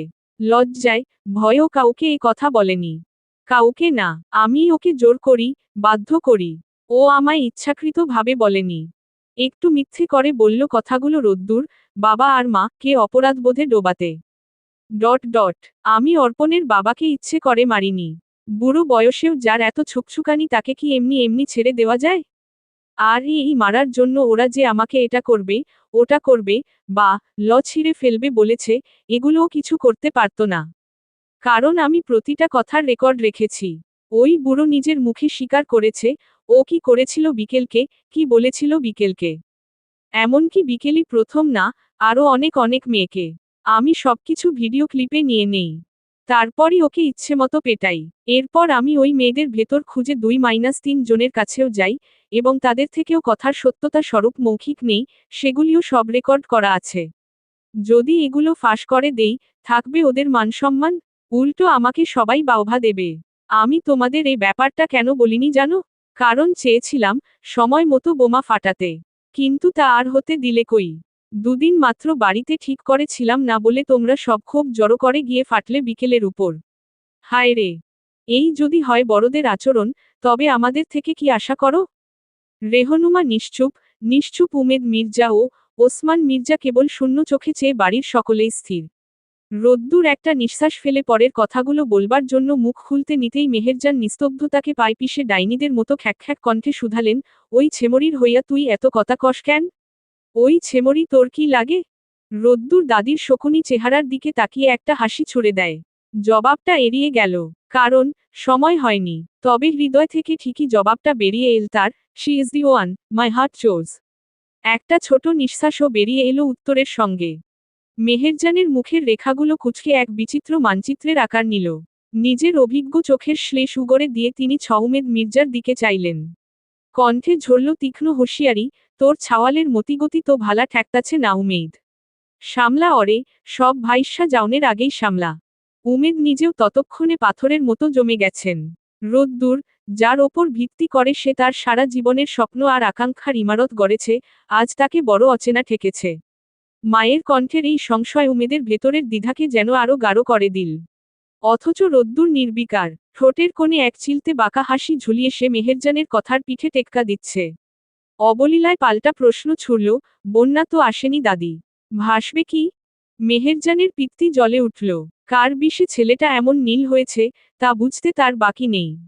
দুনিয়ার কত ঘাটের জল খেয়ে তিনি চুলে পাক ধরিয়েছেন, অভিজ্ঞতার সেই পুটলিটা বড় ভারী। রোদ্দুরের কথার জবাব না দিয়ে তিনি আবারও উমেদকে বিঁধলেন, তোর সংসারটা পুইরা ছাই হইয়া যাইতাছে আব্বা। আমার বড় ডর করতাছে রে। এরপর চোখের মনি নাচিয়ে মেজ বউয়ের দিকে ফিরে ফিসফিস করে বিষ ঢাললেন, চিন্তায় বুকটা ফাইডা যায়। ও বড় বউ, পেটের মধ্যে এসব কি ধইরা রাখছিলা?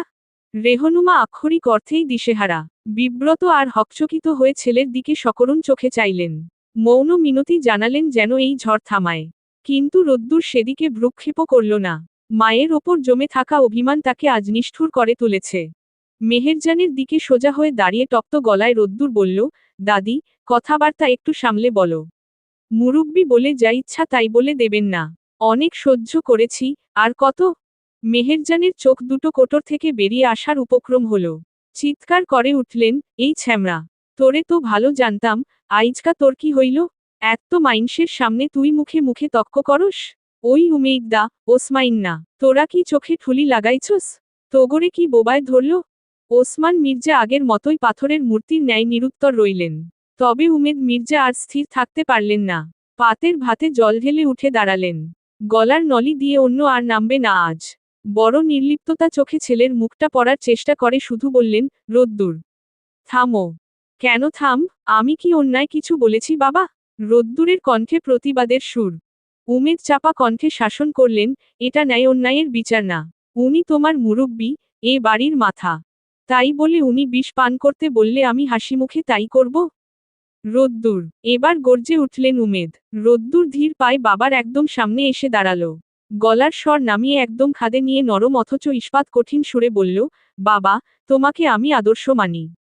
সেই জায়গাটা নষ্ট হতে দিও না। কখনো যেন এমন সময় না আসে যে, তোমার বাবার পরিচয় থেকেই নিজেকে মুক্ত করার জন্য লড়াই করতে হয়। কথাটা ঘরে রাখা বারুদের স্তূপে একটা জ্বলন্ত দিয়াশলাইয়ের কাঠি যেন। কারো উত্তরের অপেক্ষা না করেই রোদ্দুর গটগট করে ঘর থেকে বেরিয়ে গেল। পেছনের ঘরজুড়ে রেখে গেল শ্মশানের নিস্তব্ধতা। রোদ্দুরের শেষ কথাটি বোমার মতো ফেটেছে সবার কানে। উমেদ মির্জা হতভম্ব চোখে একবার মেহেরজান, একবার রেহনুমার দিকে তাকাচ্ছেন। তার কণ্ঠ দিয়ে কেবল অস্ফুট স্বরে বেরোল, এই, ও কি বলে গেল? রেনু, ও কি বলল আমাকে? পিচ ঢালা রাস্তার উপর সূর্যের কিরণ গলে গলে পড়ছে। চিকচিক করছে আলোর প্রতিফলন। তার উপর আছড়ে পড়ল সিগারেটের ফিল্টারটা। আজ এই নিয়ে ২ নাম্বার সিগারেটটি সফলতার সঙ্গে গ্রহণ করতে পারল সৌম্য। যে ছেলে জীবনে কোনোদিন এসবের পাশ মারায়নি, আজ একটু বাদে বাদে তার তৃষ্ণা জেগে ওঠে। সিগারেটের টান লাগে। গতকাল রাতেই সে এক packet gold leaf sweet cigarette কিনে পকেটে রেখে দিয়েছে, আরেকটা ধরাবে কি ধরাবে না, ভাবতে ভাবতে একবার হাত রাখল পকেটের উপর, আলগা ভাবে স্পর্শ করে। চোখ ঘুরিয়ে চায় সামনে মাথা তুলে সগৌরবে দাঁড়িয়ে থাকা সদ্য চুনকাম রং করা নতুন সাদা বাড়িটির দিকে। মনে হচ্ছে, মনকে মন দুধ দিয়ে গোসল করানো হয়েছে ওটাকে। কি যে সুন্দর লাগছে। এই সুন্দরের ভেতরই লুকিয়ে আছে সবচেয়ে ভয়ঙ্কর হিংস্রতা। এই বাড়িটির ভেতরই চলে সম্পর্কে সম্পর্কে দ্বন্দ্ব, লড়াই আর কাউকে জীবনের তরে শেষ করে দেবার মানসিক যন্ত্রণা। অনেকক্ষণ হবে, এখানে এসে দাঁড়িয়ে আছে সৌম্য। হাতঘড়িটায় একবার চোখ বুলিয়ে নেয় আবারও, ৩ ঘন্টা পেরিয়ে গেছে। অথচ একবারও ঢোকার চেষ্টা করেনি। পেছনের পকেটে এখনো দুমড়ে মুচড়ে আছে কাগজখান। এটাকে সামনে ধরে আদিবাকে শুধু একটা প্রশ্নই করতে ইচ্ছে করছে সৌম্যর, তা হলো, কেন? এই কেনতেই সব জড়িয়ে। কেন জীবনে এলে? কেন চোখে জল ভরে দিয়ে আবার চলেও গেলে? কেন সেদিন বিশ্বাস করে আমার হাতটা ধরলে না তুমি?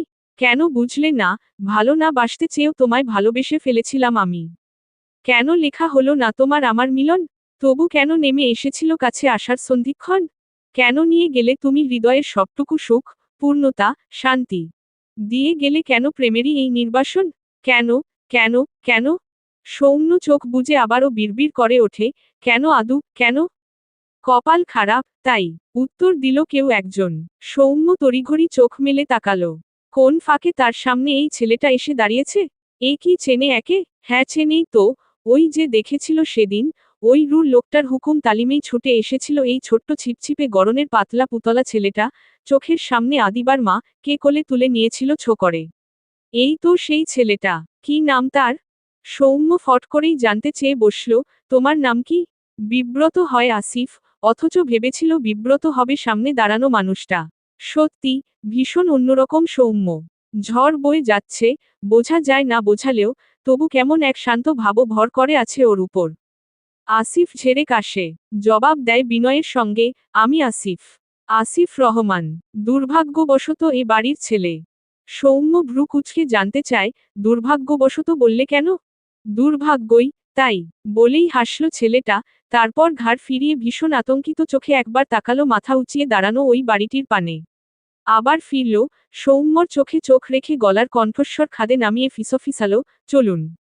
কোথায়? সৌম্য একটু অবাকি। আসিফ ওর হাতটা টেনে ধরে, চলুনি না, প্লিজ। তারপর সাহস খাটিয়ে নিজেই টেনে নিয়ে চলে। সৌম্য হতবাক হলেও শুধায় না কিছু।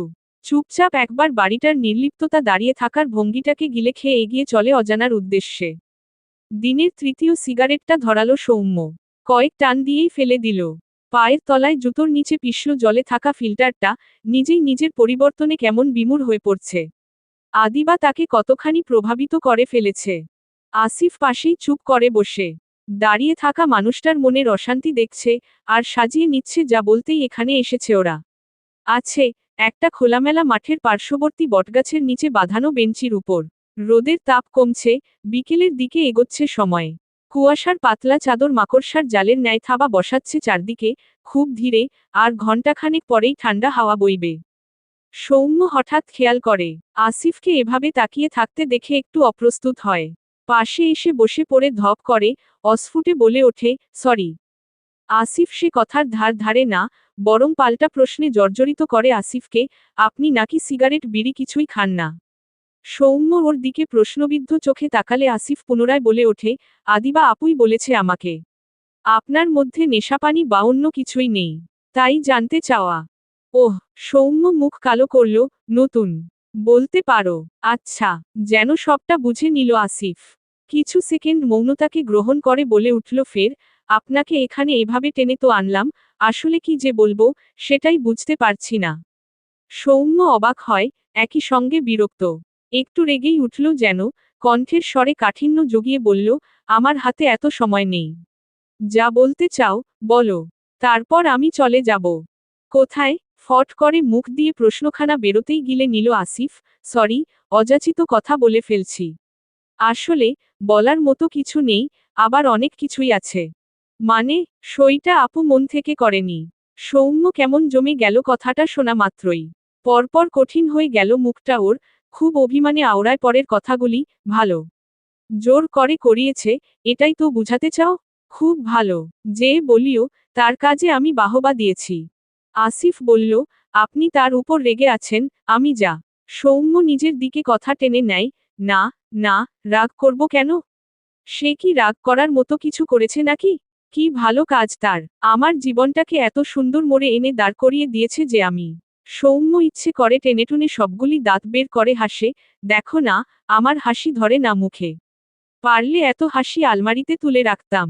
পরমুহূর্তেই দাঁত খিচিয়ে একরাশ বিরক্তিতে উচ্চারণ করে, যত্ত সব। আসিফ ছোট করে একটা নিঃশ্বাস টেনে নিল। থম ধরা কণ্ঠে পরবর্তী আলাপ চালালো। It's fine. আপনার রেগে থাকাটাই স্বাভাবিক। অন্য কেউ হলেও একই অনুভূতি প্রকাশ করত। তবে আপু চায় আপনি তাকে প্রতারক হিসেবেই জানেন, আর আমি চাই আপনি জেনে রাখুন আদিবা নামের মেয়েটা সত্যিকার অর্থেই আপনাকে ভালোবেসে ক্ষয়ে গেছে। একটা নিঃসঙ্গ, একাকী তারার ন্যায়। মুখ তোলে আসিফ, সৌম্য চেয়েই ছিল, জনের চোখে চোখ পড়তেই সৌম্যকে কেমন শুকনো দেখালো। আপু আপনাকে সত্যি ভালোবাসে। খুব। আমি আমার পরিবারে কাউকে কারো জন্য এত ডেসপারেট হতে দেখিনি। সেদিন আপু বোকার ন্যায় হয়ে গিয়েছিল। একদিকে চাচির ওরকম অসুস্থতার নাটক, আরেকদিকে চাচার রাগী দৃষ্টি আর ত্যায্য করে দেওয়ার কথা শুনে। 1 মিনিট, 1 মিনিট, কিসের নাটক? অসুস্থতার নাটক। উনি মাথা ঘুরে পড়ে যাননি, বরং নাটক করেছিলেন, যেন আদিবা আপু দুর্বল হয়ে পড়ে। আর হলোও তাই। সৌম্য নির্বাক, রা নেই মুখে। এতবার ছলচাতুরি করতে পারে, তাও কিনা কোনো পরিবার। বিশ্বাস করাটা কষ্টকর তার জন্য। আসিফ বলে চলে, আপনি চেনেন না এদের। আমার পরিবার হয়েছে তাতে কি? এরা সব পারে, সব। বিশ্বাস করুন, সব। এরা নিজেদের স্বার্থ ছাড়া আর কিচ্ছু বুঝে না। আপনারা চলে যাওয়ার সাথে সাথে আপুকে এক ঘরে আটকে দেয়। এরপর উনি অনেক চেয়েও আপনার সাথে যোগাযোগ করতে পারেনি। আমার মাধ্যমে চিঠিও পাঠাতে চেয়েছিল, পারেনি। এমনকি এই ডিভোর্স পেপারে সই করে পাঠানো, এটাও তাদের কারসাজি। তবে, আপু ডিভোর্সটা আরও একটা কারণে দিয়েছে। উনি চায়, আপনি এগিয়ে যান। যা ক্ষতি হয়েছে, তার ক্ষতিপূরণ দেওয়ার সাধ্য তার নেই, তবে আপনি যেন আর আটকে না থাকেন, থেমে না যান, এটা চাইতেন আপু সই করে। আপনি রাগ জেদ থেকে হলেও আগাবেন জীবনে, এই ভেবে। বিশ্বাস করুন সৌম্য ভাই, আমি বলছি আপনাকে, আদিবা আপু তা নয় যা আপনি ভাবছেন। সেদিন আপুর জায়গায় নিজেকে কল্পনা করুন, তাহলেই বুঝবেন, পরিবার আর প্রিয় মানুষটার মাঝখানে যেকোনো একজনকে চুজ করে নেওয়া কতটা কঠিন। আপু ভাবেওনি এত কিছু হবে। বরং বিয়ে হলে তো মেনেই নেয় এমনটা ভেবেই অত জোরজার করে আপনাকে বিয়ে করেছিল। যদি জানতো, তার পাথর হৃদয়ের বাবাকে গলানো যাবে না কোনো মতেই, তবে আপনার জীবনটা তছনছ করত না। ঠিকমতো খায় না, ঘুমায় না, কাঁদতে কাঁদতে নিজেকে কেমন যে করে ফেলেছে। আপনি না দেখলে বিশ্বাস করতে পারবেন না। আপু, জ্যান্ত নির্বাসন নিয়েছে। আসিফ কেঁদে ফেলে হঠাৎ করেই। সৌম্য নড়চড় ও ভুলে গেছে যেন। সময় থমকে আটকে আছে এখানেই। কি এক পাথর সরে যাচ্ছে হৃদয়ের উপর থেকে। অভিমানের পারদ নেমে শূন্যের কোঠায়। আসিফকে সান্ত্বনা স্বরূপ কিছু যে বলবে, তাও মাথায় থাকে না তার, বারবার আদিবার মুখটা মনে পড়ে। ছোট্ট, একটুখানি, পানপাতার মতোই। থুতনিতে আপেক কাটা খাজ, তার ঠিক বাম পাশেই একটা ছোট তিল। কালো কুচকুচে, কি সুন্দর দেখায়। সৌম্য বুক ভরে শ্বাস টেনে নেয়।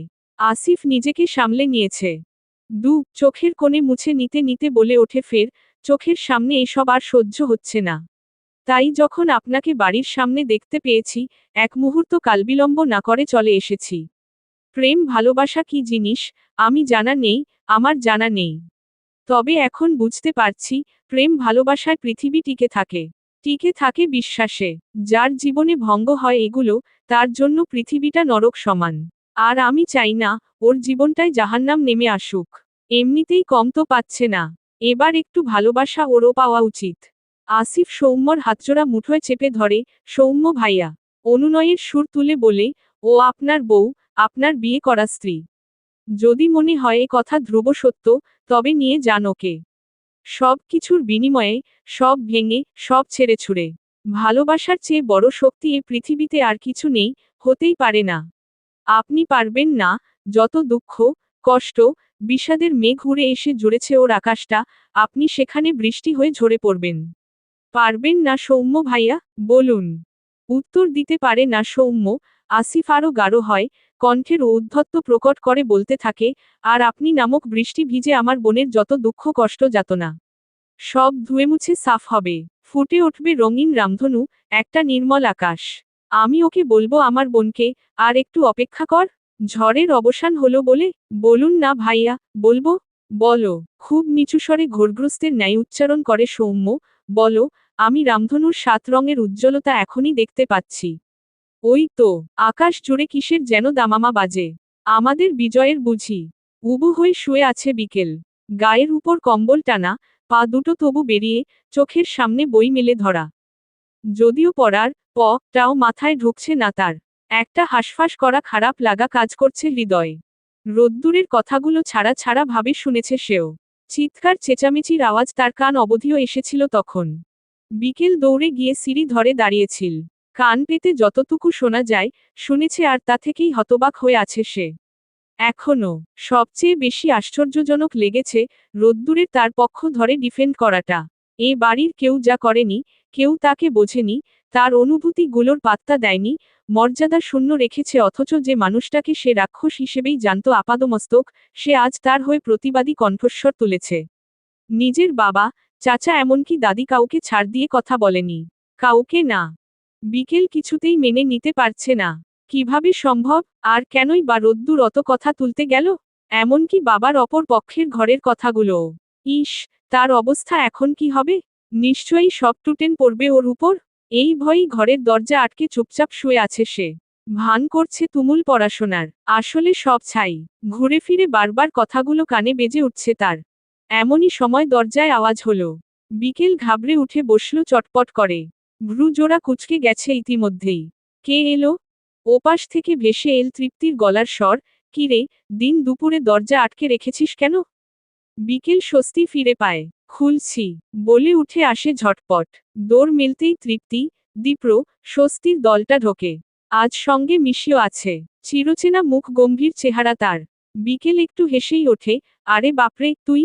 গা করে না মিশি, ঢুকে পড়ে সকলের সঙ্গে। বিছানার এক কোণে চুপটি করে জায়গা দখলে নেয়। তার সামনে স্বস্তি, পাশে দীপ্র। তৃপ্তি বসে না। বিকেল পুনরায় দরজা আটকে দিতে চাইলে সে বলল, খোলা থাক। মন থেকে খোলা রাখার বিন্দুমাত্র ইচ্ছে না থাকলেও কথা বাড়ায় না বিকেল, তবে দরজা ভিড়িয়ে দিয়ে আসে। সকলকে উদ্দেশ্য করে শুধাল, কি ব্যাপার?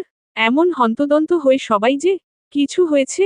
হয়েছে তো অনেক কিছুই। আমিও জানি সবটা মনে মনে ভাবে বিকেল, বাহির থেকে শান্ত, চুপচাপ, যেন শোনেইনি কিছু।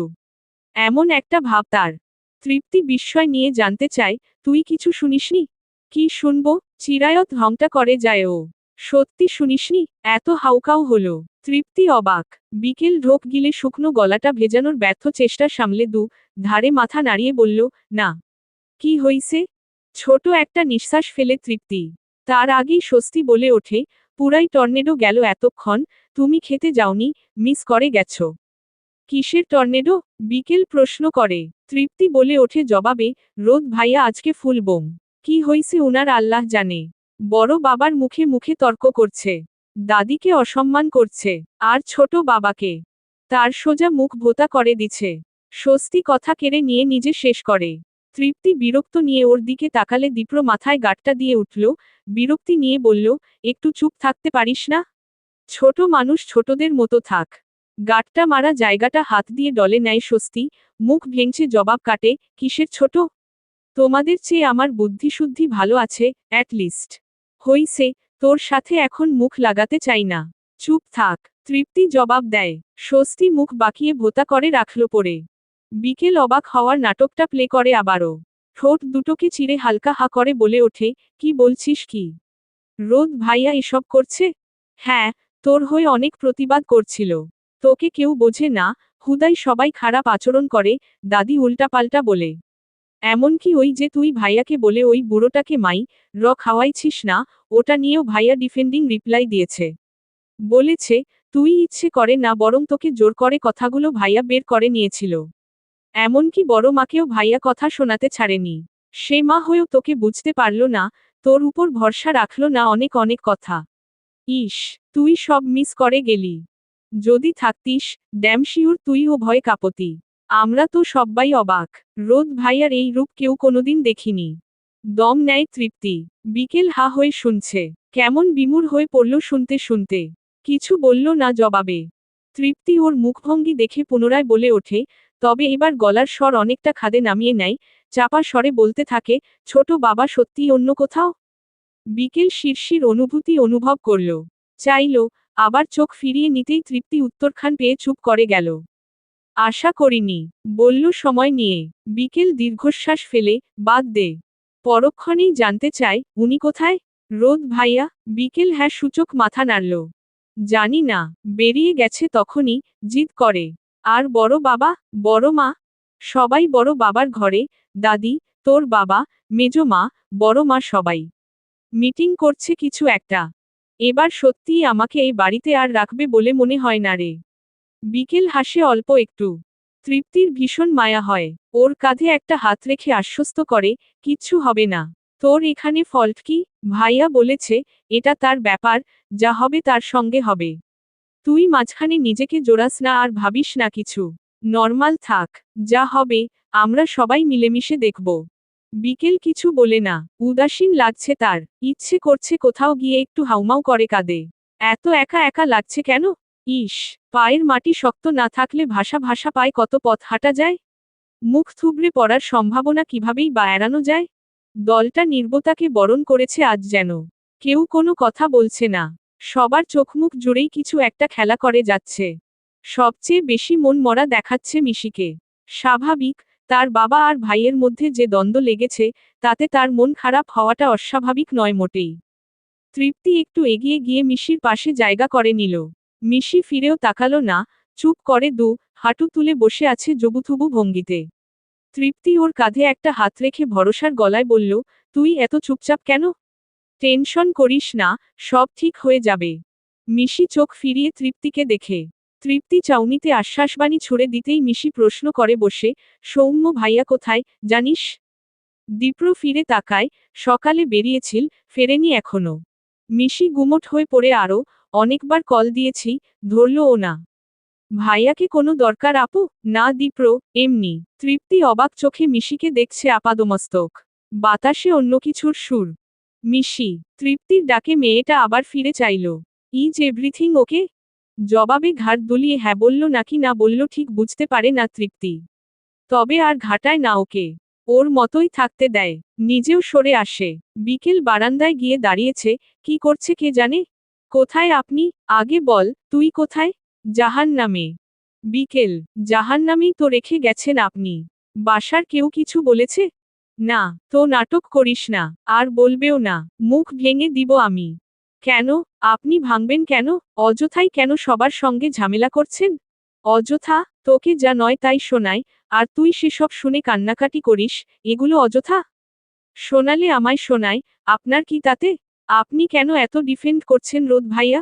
এবারে ওপাশ থেকে সঙ্গে সঙ্গে রিপ্লাই এলো না। বরং মেসেজটা সিন হয়ে রইল, রোদ্দুরকে অনলাইন ও দেখাচ্ছে, তবু 1 মিনিট, 2 মিনিট, 3 মিনিট কেটে যায়, রিপ্লাই আসে না। অস্থির হয়ে বিকেলই আবার আঙুল চালালো। ফটফট করে লিখে, কি হলো? উত্তর দিচ্ছেন না কেন? বলুন, কেন আমার হয়ে আপনার এত লড়াই করতে হবে? আমি তো আপনাকে বলিনি এত বুঝতে, আমার পাশে দাঁড়াতে। মেসেজটা সিন হয়। জবাব আসে, তবে এই কথার প্রেক্ষিতে নয়, বরং উল্টো প্রশ্ন লেখে ছেলেটা, আমাকে আপনি আপনি করছিস কোন দুঃখে?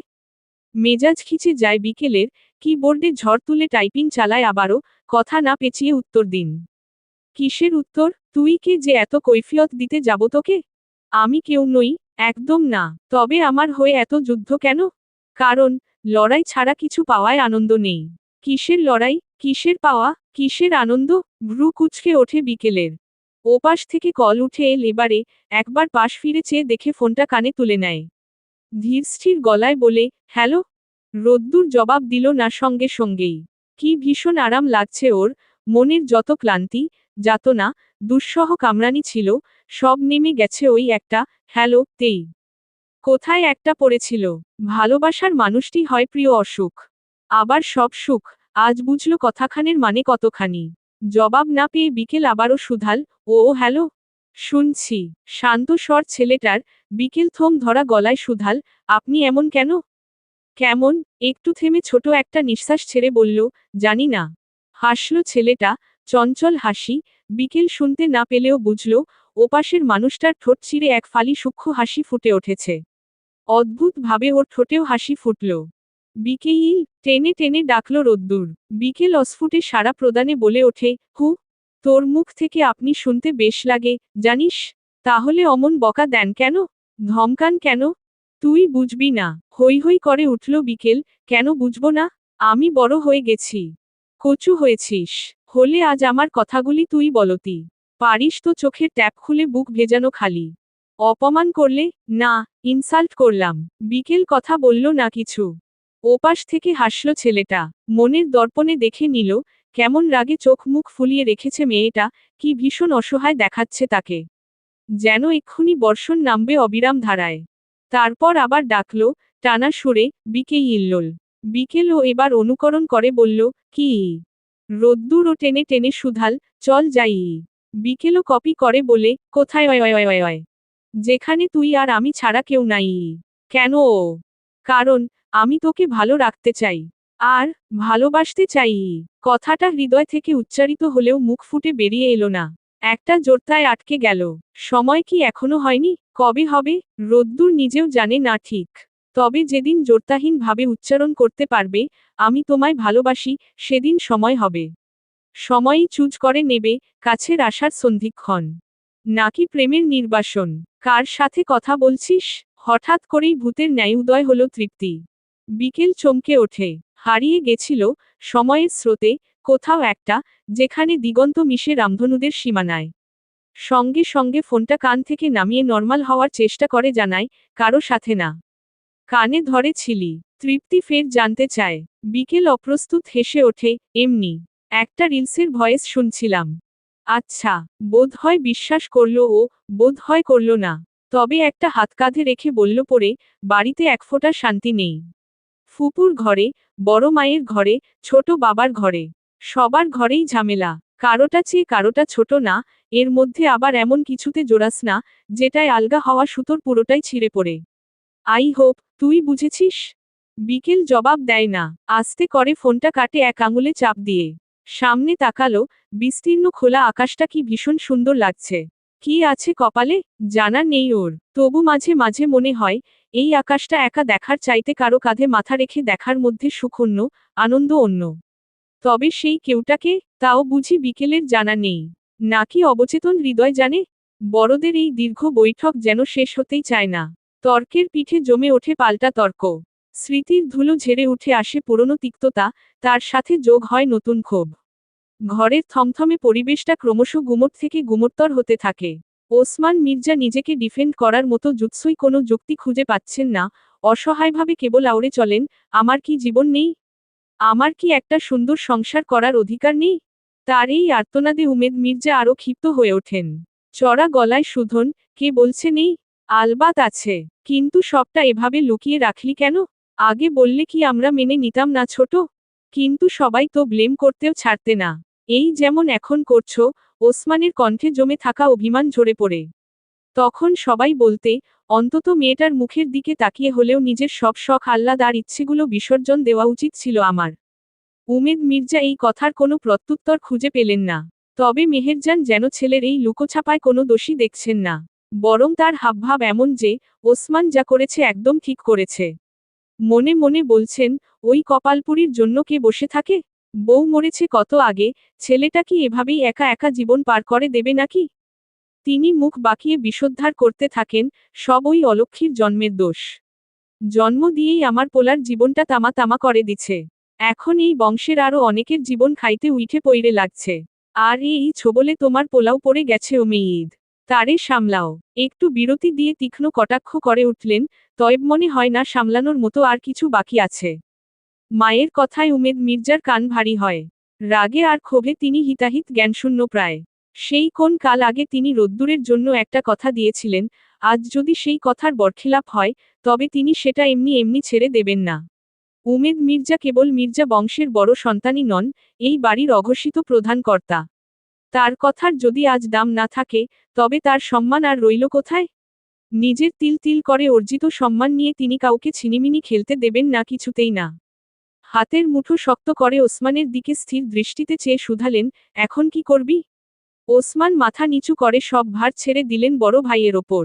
নিরুত্তাপ কণ্ঠে বললেন, তুমি যা বলো ভাই। উমেদ মির্জা মুহূর্তেই কঠোর এক সিদ্ধান্ত নিয়ে নিলেন। ঘোষণা করলেন, ওদের নিয়ে আয় এখানে। তোর সংসার গুছিয়ে নে, আর আমি বিকেলের জন্য পাত্র দেখছি। এ কথায় ওসমান যেন হাতে আকাশের চাঁদ পেলেন। কিন্তু শোনামাত্র শিউরে উঠলেন রেহনুমা। কম্পিত কণ্ঠে আমতা আমতা করে কিছু বলতে চাইলেন, কিন্তু তার কথা শেষ হওয়ার আগেই হাত উঁচিয়ে থামিয়ে দিলেন উমেদ। গুরুগম্ভীর কণ্ঠে সতর্ক করে দিলেন, তুমি এর মাঝখানে আসবে না রেনু। সব বাদ দিয়ে এখন নিজের সংসারে মন দাও। যদি তোমার তরফ থেকে এক বিন্দু গাফিলতি পাই, তবে ভুলে যাব তুমি এ বাড়ির কেউ, এমনকি আমারও কেউ। রেহনুমা এক নিমেষে চুপসে গেলেন। তার ভেতরের সত্তাটা গুমরে মরতে লাগল। বুকের ভেতর এক অদ্ভুত তীব্র ব্যথা খামচে ধরেছে তাকে। চারপাশের গুমোট হাওয়ায় তিনি হাঁসফাঁস করতে লাগলেন। মির্জা বাড়ির উঠানে আজে কি প্রলয়ঙ্করী তাণ্ডবের সূচনা হল। কল কাটেননি? ওপাশ থেকে চিরচেনা গুরুগম্ভীর কণ্ঠে উত্তর এল, না। বিকেল সুধাল, সব কথা শুনেছেন? এবারেও গম্ভীর কণ্ঠের ঝংকার, হু। কেন? চোখ পাকালো বিকেল, যদিও ওপাশের ভদ্রলোক তা দেখতে পাচ্ছে না। রোদ্দুর ও গলার পারদ তুলে সুধাল, শুনলে কি? ঠোঁট কামড়ে ঝটপট উত্তর করে বিকেল, মানুষের কি প্রাইভেসি বলে কিচ্ছু নেই? তোর নেই। রোদ্দুরের ঢিলেঢালা জবাব। তাতে তেলেবেগুনে জ্বলে পুড়ে ওঠে মেয়েটা। এপাশ থেকে গজরায়, কেন? আমি কি মানুষ না? ছেলেটা মিটমিট করে হাসল তাতে, নিজেকে তাই মনে করিস বুঝি? রোদ ভাইয়া, অভিমান সপ্তমে এবার, ঠোঁট ফুলে গেছে, নাকের পাটা কাঁপছে তিরতির করে। আচমকা গাম্ভীর্যের বেড়াজাল ছিঁড়ে হো হো শব্দে হেসে ওঠে রোদ্দুর। কান ফেটে যায় বিকেলের। কর্ণকুহর থেকে মোবাইলটা একটু সরিয়ে নিজেও হাসি লুকাতে ব্যস্ত হয়ে পড়ে। টেনেটুনে মেকি অভিমানটা ধরে রাখে মুখে। হঠাৎ করেই আবিষ্কার করে, এক অন্যরকম অনুভূতির খেলা খেলছে হৃদয়। ভীষণ অন্যরকম। বিকেএএল। মানুষটা টেনে টেনে ডাকলো আবারও। বিকেল ও ঢঙি গলায় জবাব দেয়, হু। ফোনের ওপাশ থেকে ভেসে আসা কণ্ঠস্বরটা হঠাৎ করেই ভীষণ গম্ভীর হয়ে উঠল। কোনো ভূমিকা ছাড়াই রোদ্দুর বলে বসল, যে যা বলে তাই মুখ বুজে মেনে নিবি না বিকেল, প্রতিবাদ করতে শেখ। বিকেল কিছুটা অপ্রস্তুত হল। বিড়বিড় করে সুধাল, হঠাৎ, এ কথা কেন? শুনলাম তো, তৃপ্তি তোকে কত নীতিবাক্য শোনালো। আর তুইও কি না নির্বিকার চিত্তে সব মাথা পেতে নিলি? বিকেল নিরুপায় ভঙ্গিতে পাল্টা প্রশ্ন করল, তো কি করতাম আমি? নিজের তরফ থেকে দুটো করা কথা বলতে হয়। নইলে দুনিয়ার মানুষ তোকে পেয়ে বসবে। জানিস তো, নরম আর বোবা জিনিস টিপতেই মানুষের আনন্দ বেশি। বিকেল কিছুক্ষণ থমকে রইল। জানালার ওপাশে ধূসর আকাশের দিকে তাকিয়ে অস্ফুট স্বরে বলল, জানি না। তবে তৃপ্তি যা বলেছে, নেহাত ভুল কিছু বলেনি। ওপাশের মানুষটা যেন আকাশ থেকে পড়ল। অবিশ্বাস্য গলায় প্রতিধ্বনি করল, ভুল বলেনি? উহুম, তার মানে ও যে তোকে আমার থেকে দূরে থাকার পরামর্শ দিল, সেটা তোর কাছে সঠিক মনে হয়েছে? বিকেলের স্বরে এবার দ্বিধা, কিন্তু স্পষ্ট উত্তর দিল, হ্যাঁ। ভেবে বলছিস তো? রোদ্দুরের কণ্ঠস্বরে জেদার গভীর অভিমান মিশে একাকার হয়ে গেছে। বিকেল আর কোনো উত্তর দিল না। তার এই মৌনতাকেই চূড়ান্ত সম্মতি ধরে নিয়ে রোদ্দুর নিজেকে গুটিয়ে নিল। কণ্ঠস্বর পাথরের মতো ভারী করে সে বলল, বেশ। তবে তাই করিস। বিকেল পরিস্থিতি সামাল দিতে চাইল, তুমি অযথাই রাগ করছো। না তুমি না, আপনি। আজ থেকে আমি তোর সিনিয়র, সম্মান দিয়ে কথা বলবি। এন্ড রিমেম্বার দ্যাট যেমনটা চেয়েছিস ঠিক তেমনই দূরে থাকবি। বিকেলের কণ্ঠে আকুতি, রোদ ভাইয়া। রাখলাম, প্লিজ, শোনো। দূরে থাকবি। রোদ্দুরের জেদ যেন পাহাড় সমান। উফফো, শোনোই না একবার। এতটা দূরে চলে যাবি বিকেল। যেন ওই আকাশের চাঁদটাকেও আমার খুব কাছের মনে হয়। খট করে লাইনটা কেটে গেল। বিকেল একটা দীর্ঘশ্বাস ফেলে আবারও নম্বরটা ডায়াল করল। কিন্তু ওপাশ থেকে যান্ত্রিক কণ্ঠ জানিয়ে দিল, নম্বরটি বর্তমানে বন্ধ আছে। বিকেল ঠিক বুঝে উঠতে পারে না, ছেলেটা হুট করে কেন এমন জ্বলে উঠল। কি এমন ভুল বলে ফেলেছে সে? যুক্তি তো বলে, তাদের মাঝে কিছুটা দূরত্ব থাকাই শ্রেয়। কিন্তু আদতেই কি দূরে থাকা সম্ভব? মনের গহীনে এখনই কেমন একটা শূন্যতা হাহাকার করে উঠছে। বুকের ভেতরটা এক অদ্ভুত অস্থিরতায় মোচড় দিয়ে উঠছে বিকেলের। এই অনুভূতির নাম কি? কেন হঠাৎ করে পৃথিবীটা এত অচেনা লাগছে? বিকেলের জানা নেই এই অস্থিরতার উৎস কোথায়, শুধু জানে নিস্তব্ধ ঘরটাতে সে ভীষণ একা হয়ে পড়েছে। সত্যি সত্যিই ছেলেটা যেন যোজন যোজন দূরত্ব বাড়িয়ে নিল।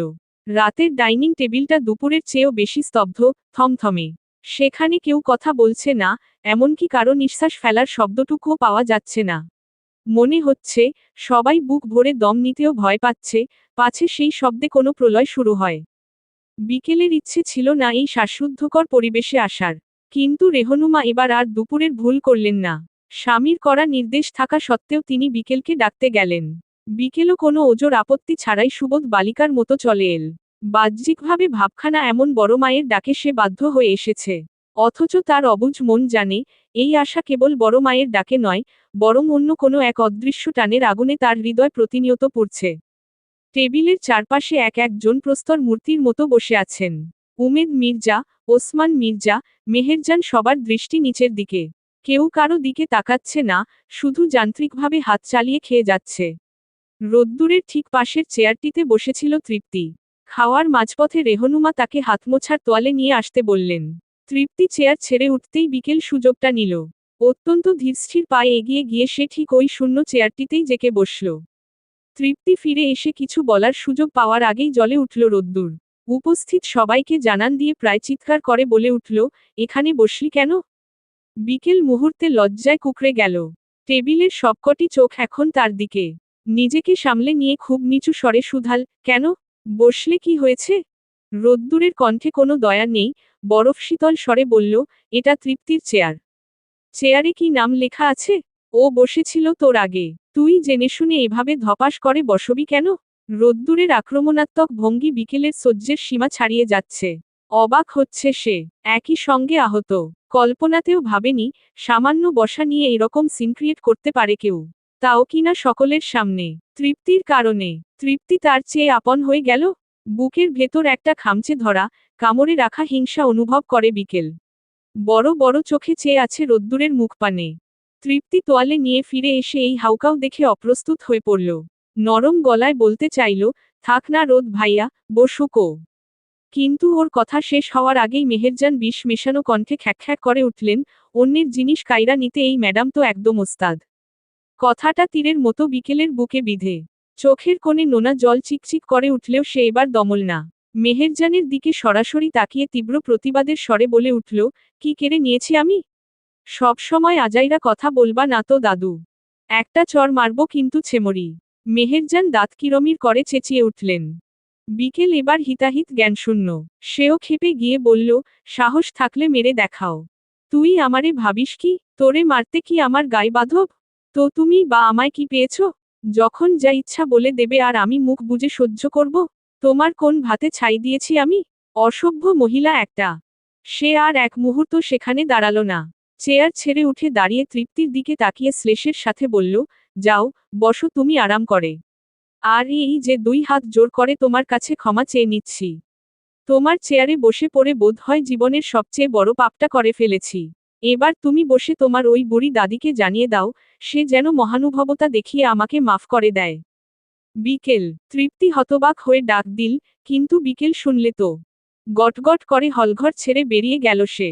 পেছনে রেখে গেল একরাশ স্তম্ভিত আর জব্দ হওয়া মুখ। মেহেরজান অপমানে নীল হয়ে গেছেন, বিষ উগরাতে না পেরে নিজের ভেতর নিজেই গুমরে মরছেন, মনে হচ্ছে পারলে বিকেলকে দাঁত দিয়ে পিষে ফেলতেন। পুরো টেবিলে যখন এই তাণ্ডব চলছে, একমাত্র রোদ্দুরই ছিল নির্বিকার।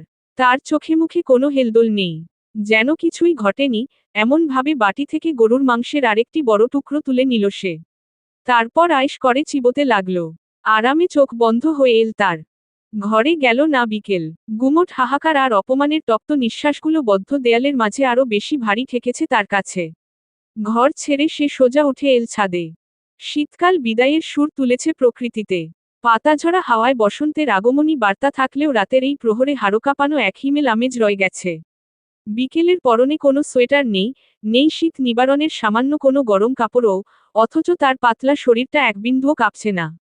বাইরের প্রকৃতির হিমেল হাওয়া তার ভেতরের ক্রোধের দাবানলের কাছে তুচ্ছ হয়ে গেছে। অপমানে আর রাগে তার স্নায়ুগুলো অবশ হয়ে আসছে। শরীর শীতল হলেও মস্তিষ্ক তার টগবগ করে ফুটছে। সে জানে, রোদ্দুর আসবে। রাতের আহার শেষে দিনের শেষ সিগারেটটা এই ছাদের নির্জনতা এসেই ধরায় রোদ্দুর, এটা তার বহু বছরের পুরনো অভ্যাস। অন্ধকারের বুক চিরে জ্বলন্ত সিগারেটের ওই লাল বিন্দুটা আজ হয়তো আবারও দেখা দেবে। বিকেল স্থির হয়ে দাঁড়িয়ে রইল পরিচিত পদশব্দের অপেক্ষায়। তার প্রতিটি নিঃশ্বাসে বারুদ আর অভিমানের সংমিশ্রণ নির্গত হচ্ছে। মানুষটা আসুক একবার, হাড়ে মাংসে যদি কামড়ে না ধরেছে, তবে ওর নাম ও বিকেল নয়। ওকে হিংসায় জ্বালিয়ে পুড়িয়ে ছারখার করা? দেখে নেবে এক হাত। ধীরে ধীরে শীতল হয়ে এলো সমস্ত শরীর। বিবশ লাগতে লাগল। হাড় কাঁপানো ঠান্ডা জড়িয়ে নিয়েছে ওকে। অপেক্ষার প্রহর তবু শেষ হয় না কেন? মানুষটা আসবে কখন? এসেছে রোদ্দুর আরও আগেই, তবে সিঁড়ির ঘরে এসেই থমকে দাঁড়িয়েছে সে। ছাদে যে কেউ বিচরণ করছে, তা তার ষষ্ঠ ইন্দ্রিয় জানান দিচ্ছে স্পষ্ট আকারে। আর সেই কেউটা যে কে, তাও জানে সে। মেয়েটির সামনে যাবে না করেই এখানে দাঁড়িয়ে চুপচাপ সিগারেট টেনে যাচ্ছে সে। শেষ হলেই নেমে পড়বে। থাকুক সারা রাত অপেক্ষায়, কিচ্ছুটি যায় আসে না তার। তবে দেখা হওয়া যেখানে স্বয়ং ললাটের লিখন, কে করে তাহা এত সহজে খণ্ডন? কেন আসছে না অসভ্য, অভদ্র, রাক্ষসরূপী মানুষটি? তাই দেখতে সিঁড়ির দিকেই এগিয়ে এল মেয়েটা। ঠান্ডায় জোরসর হয়ে কাঁপতে কাঁপতে। এবং এসেই জমে গেল চোখ দুটো। কাঙ্ক্ষিত ছোট লাল বিন্দুটি ওঠানামা করছে। ওই তো। আরও কাছে এগোতেই ফোঁস করে একটা গরম, তপ্ত নিঃশ্বাস এসে গায়ে লাগল তার। শিউরে উঠল বিকেল। একই সঙ্গে রাগে জ্বলে গেল বৃক্ষতালু। কতবর নিষ্ঠুর, পাষাণ, খারাপ এই লোক। এত ঠান্ডায় সে অপেক্ষা করে আছে আরে কিনা এখানে বসে আরামসে সিগারেট টানছে। খাওয়াচ্ছি তোকে। পুনরায় চরবর করে জেগে ওঠে রাগটা। প্রায় ধমকের স্বরে ছিটকে বেরোয় শব্দ, খানি, এখানে কেন? আপনি ছাদে গেলেন না কেন? অভিমানী কণ্ঠস্বর, একই সঙ্গে রাগে স্তম্ভিত, ভালোই চেতেছে পাগলিটা। মনে মনে আওড়ায় রোদ্দুর। উপর দিয়ে নিরুত্তাপ সে। সিগারেটে লম্বা টান দিয়ে ফেলে দেয় ওটা, পায়ের তলায় পিষতে পিষতে জবাব দেয়, মাই মর্জি। তারপর নিচে নামবার জন্য একটা পা বাড়াতেই বিকেল খুব সাহসের কাজ করে বসে একটা। একদম আকস্মিকভাবেই, নিজের অজান্তেই, ছেলেটার এক হাত চেপে ধরে। ভীষণ শক্ত করে, কবজির কাছটায়। রোদ্দুর প্রায় চমকেই উঠল। ঘাড় ঘুরিয়ে বড় বড় চোখে চাইল। ভাগ্যিস, এখানে আলো নেই। বিকেলের হেলদোল নেই। বিবেকশূন্য সে। রেগে গেছে, আপাতত এইটিই মুখ্য। হাতের জোর খাটিয়ে চটপট কণ্ঠে শাসাল, আমার তো কথা শেষ হয়ে যায়নি। আপনি চলে যাচ্ছেন। রোদ্দুর নিরুত্তর। আর তাতেই ক্ষেপে ওঠে বিকেল, আরেকটুখানি। তার কথাকে অবমূল্যায়ন করা। এত ভাব কিসের? কথা বলুন। হাত ছাড়া দিয়েই উঠল রীতিমতো। ভাগ্যি শতবর শক্ত সবল, লম্বা দেহখানি। ছোট খাটো হলে তুলে আছাড়ি না দিয়ে বসত মেয়েটা। Talk to me, don't shut your mouth, I repeat. পুনরায় গোজগোজ করে বিকেল, রোদ্দুরের হাসি পেয়ে বসল। ইংরেজি ঝাড়ছে, বাপরে। তবে মুখভঙ্গিতে একরাশ বিরক্তিই আটল টেনেটুনে। নির্লিপ্ততা গলায় সুধাল, সমস্যা কি? হাত ধরে টানছিস কেন? আর রেসপন্স দিয়ে কথা বলবি এটা কি ভুলে গেছিস? ডিকশনারি থেকে রেসপেক্ট ওয়ার্ডটা মুছে গেছে তোর? আর আপনার খুব আছে, না? আমি ছোট তো কি? আমারও সম্মান আছে, কথার মান আছে। আপনি কি তা দিচ্ছেন? লে, এত খারাপ সময় এসে গেছে আমার? তোকে সম্মান দিতে হবে? Nice. Don't be rude too much. আমিও হতে পারি কিন্তু, তখন কি এমন বলে ফেলেছি, তা ধরে আপনি আমার সঙ্গে? লিসেন, পুরো কথা না শুনে, না বুঝে, কাউকে এতটাও জাজ করা ঠিক না। হেলান দিয়ে দাঁড়ালো রোদ্দুর সিঁড়ির গায়ে। উদাসীন স্বরে সুধাল, কি বুঝবো, কি শুনবো, আর কি বা জাজ করলাম? করেননি? বিকেলের চোখে মুখে স্পষ্ট অভিমান, ক্ষোভ, আমার সামনে আপনি তৃপ্তিকে, অথচ ওর চেয়ে এক বিন্দু হলেও আমি আপনার আপন হই। আচ্ছা, যেন প্রচুর অবাক হলো রোদ্দুর, জানাই ছিল না এই তথ্য তার, কিভাবে? সুধাল সে, তুই আর তৃপ্তি, বোথ আর মাই কাজিন। দেন তুই ওর চেয়ে আপন আর ও পর হলো কিভাবে? You know that. No, I don't, tell me. কান্নাই চলে আসছে এখন। এই এক ঝামেলা, সব সময় একটা ঝগড়ার সিরিয়াস মোমেন্টে কান্না এসে সব চোটপাট করে দেয়। তারপর সব ভুলে যায়। যত লজিক, যত কথা। এখনো তাই হচ্ছে। তাই, না না না, হার মানবে না বিকেল। উচিত জবাবগুলো তাকে দিতেই হবে। হবেই। সে চোখ ঘুরিয়ে রাতের আধারযুক্ত আকাশ আর কুয়াশায় ঝাপসা হওয়া চারপাশ দেখতে দেখতে নিজেকে সামলে নিতে চাইল। রোদ্দুর ও চুপ, সময় দিচ্ছে, তবু উত্তরটা তার চাই। অথচ উত্তরটা যেন জানে, আবার জানে না বিকেল। কি এক অশান্তির চূড়ান্ত। ধুর, ভাল্লাগে না ছাতার মাথা একা একাই বিড়বিড় করে মেয়েটা। তাকায়, পুনরায় জানতে চায়, ইউ ডোন্ট নো? নো, উত্তরটা ঝটপট দেয় ছেলেটা। মুখে তার একরাশ গুচ্ছ গুচ্ছ বিরক্তি। ফাইন, দীর্ঘশ্বাস ছাড়ে বিকেল, কাছে এগিয়ে আসে গটগট করে, একটু বেশিই কাছে। রোদ্দুর হতবাক হয়ে নিজেকে সামলায়। সিনা চওড়া করে দাঁড়ালো এইবার। পিঠটা দেয়ালের সঙ্গে ঠেকে গেছে পুরোপুরি। জনের মাঝখানে 4 আঙুল দূরত্ব বাকি।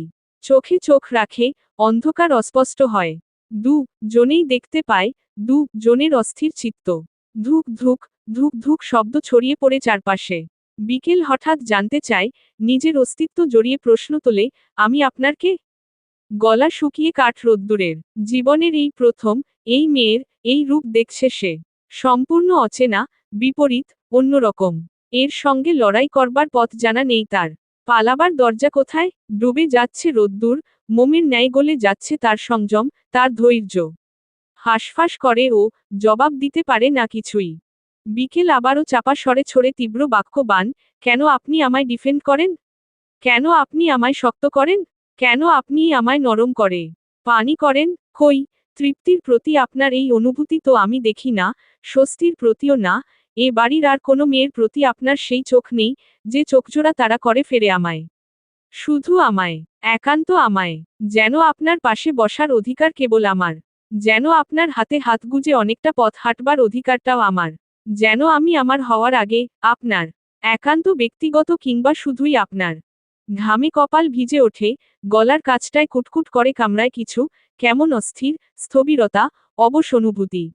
গ্রাস করছে সর্বাঙ্গে, পাজরে পাজরে অদ্ভুত কাঁপন, হৃদয়ের অলিগলিতে জ্বলামুখীর ন্যায় ফুটছে কিছু একটা। বেরিয়ে পড়বে, যে কোনো মুহূর্তে। আর কাছে আসিস না তুই, প্লিজ, বিকেএএএল। এই মেয়ে, প্রতিবাদ করে ওঠে রোদ্দুর, সবটাই মন থেকে, বাহির থেকে সে নিশ্চুপ, নির্বাক, বোবা। বিকেল কোনো বাধাই মানে না আজ।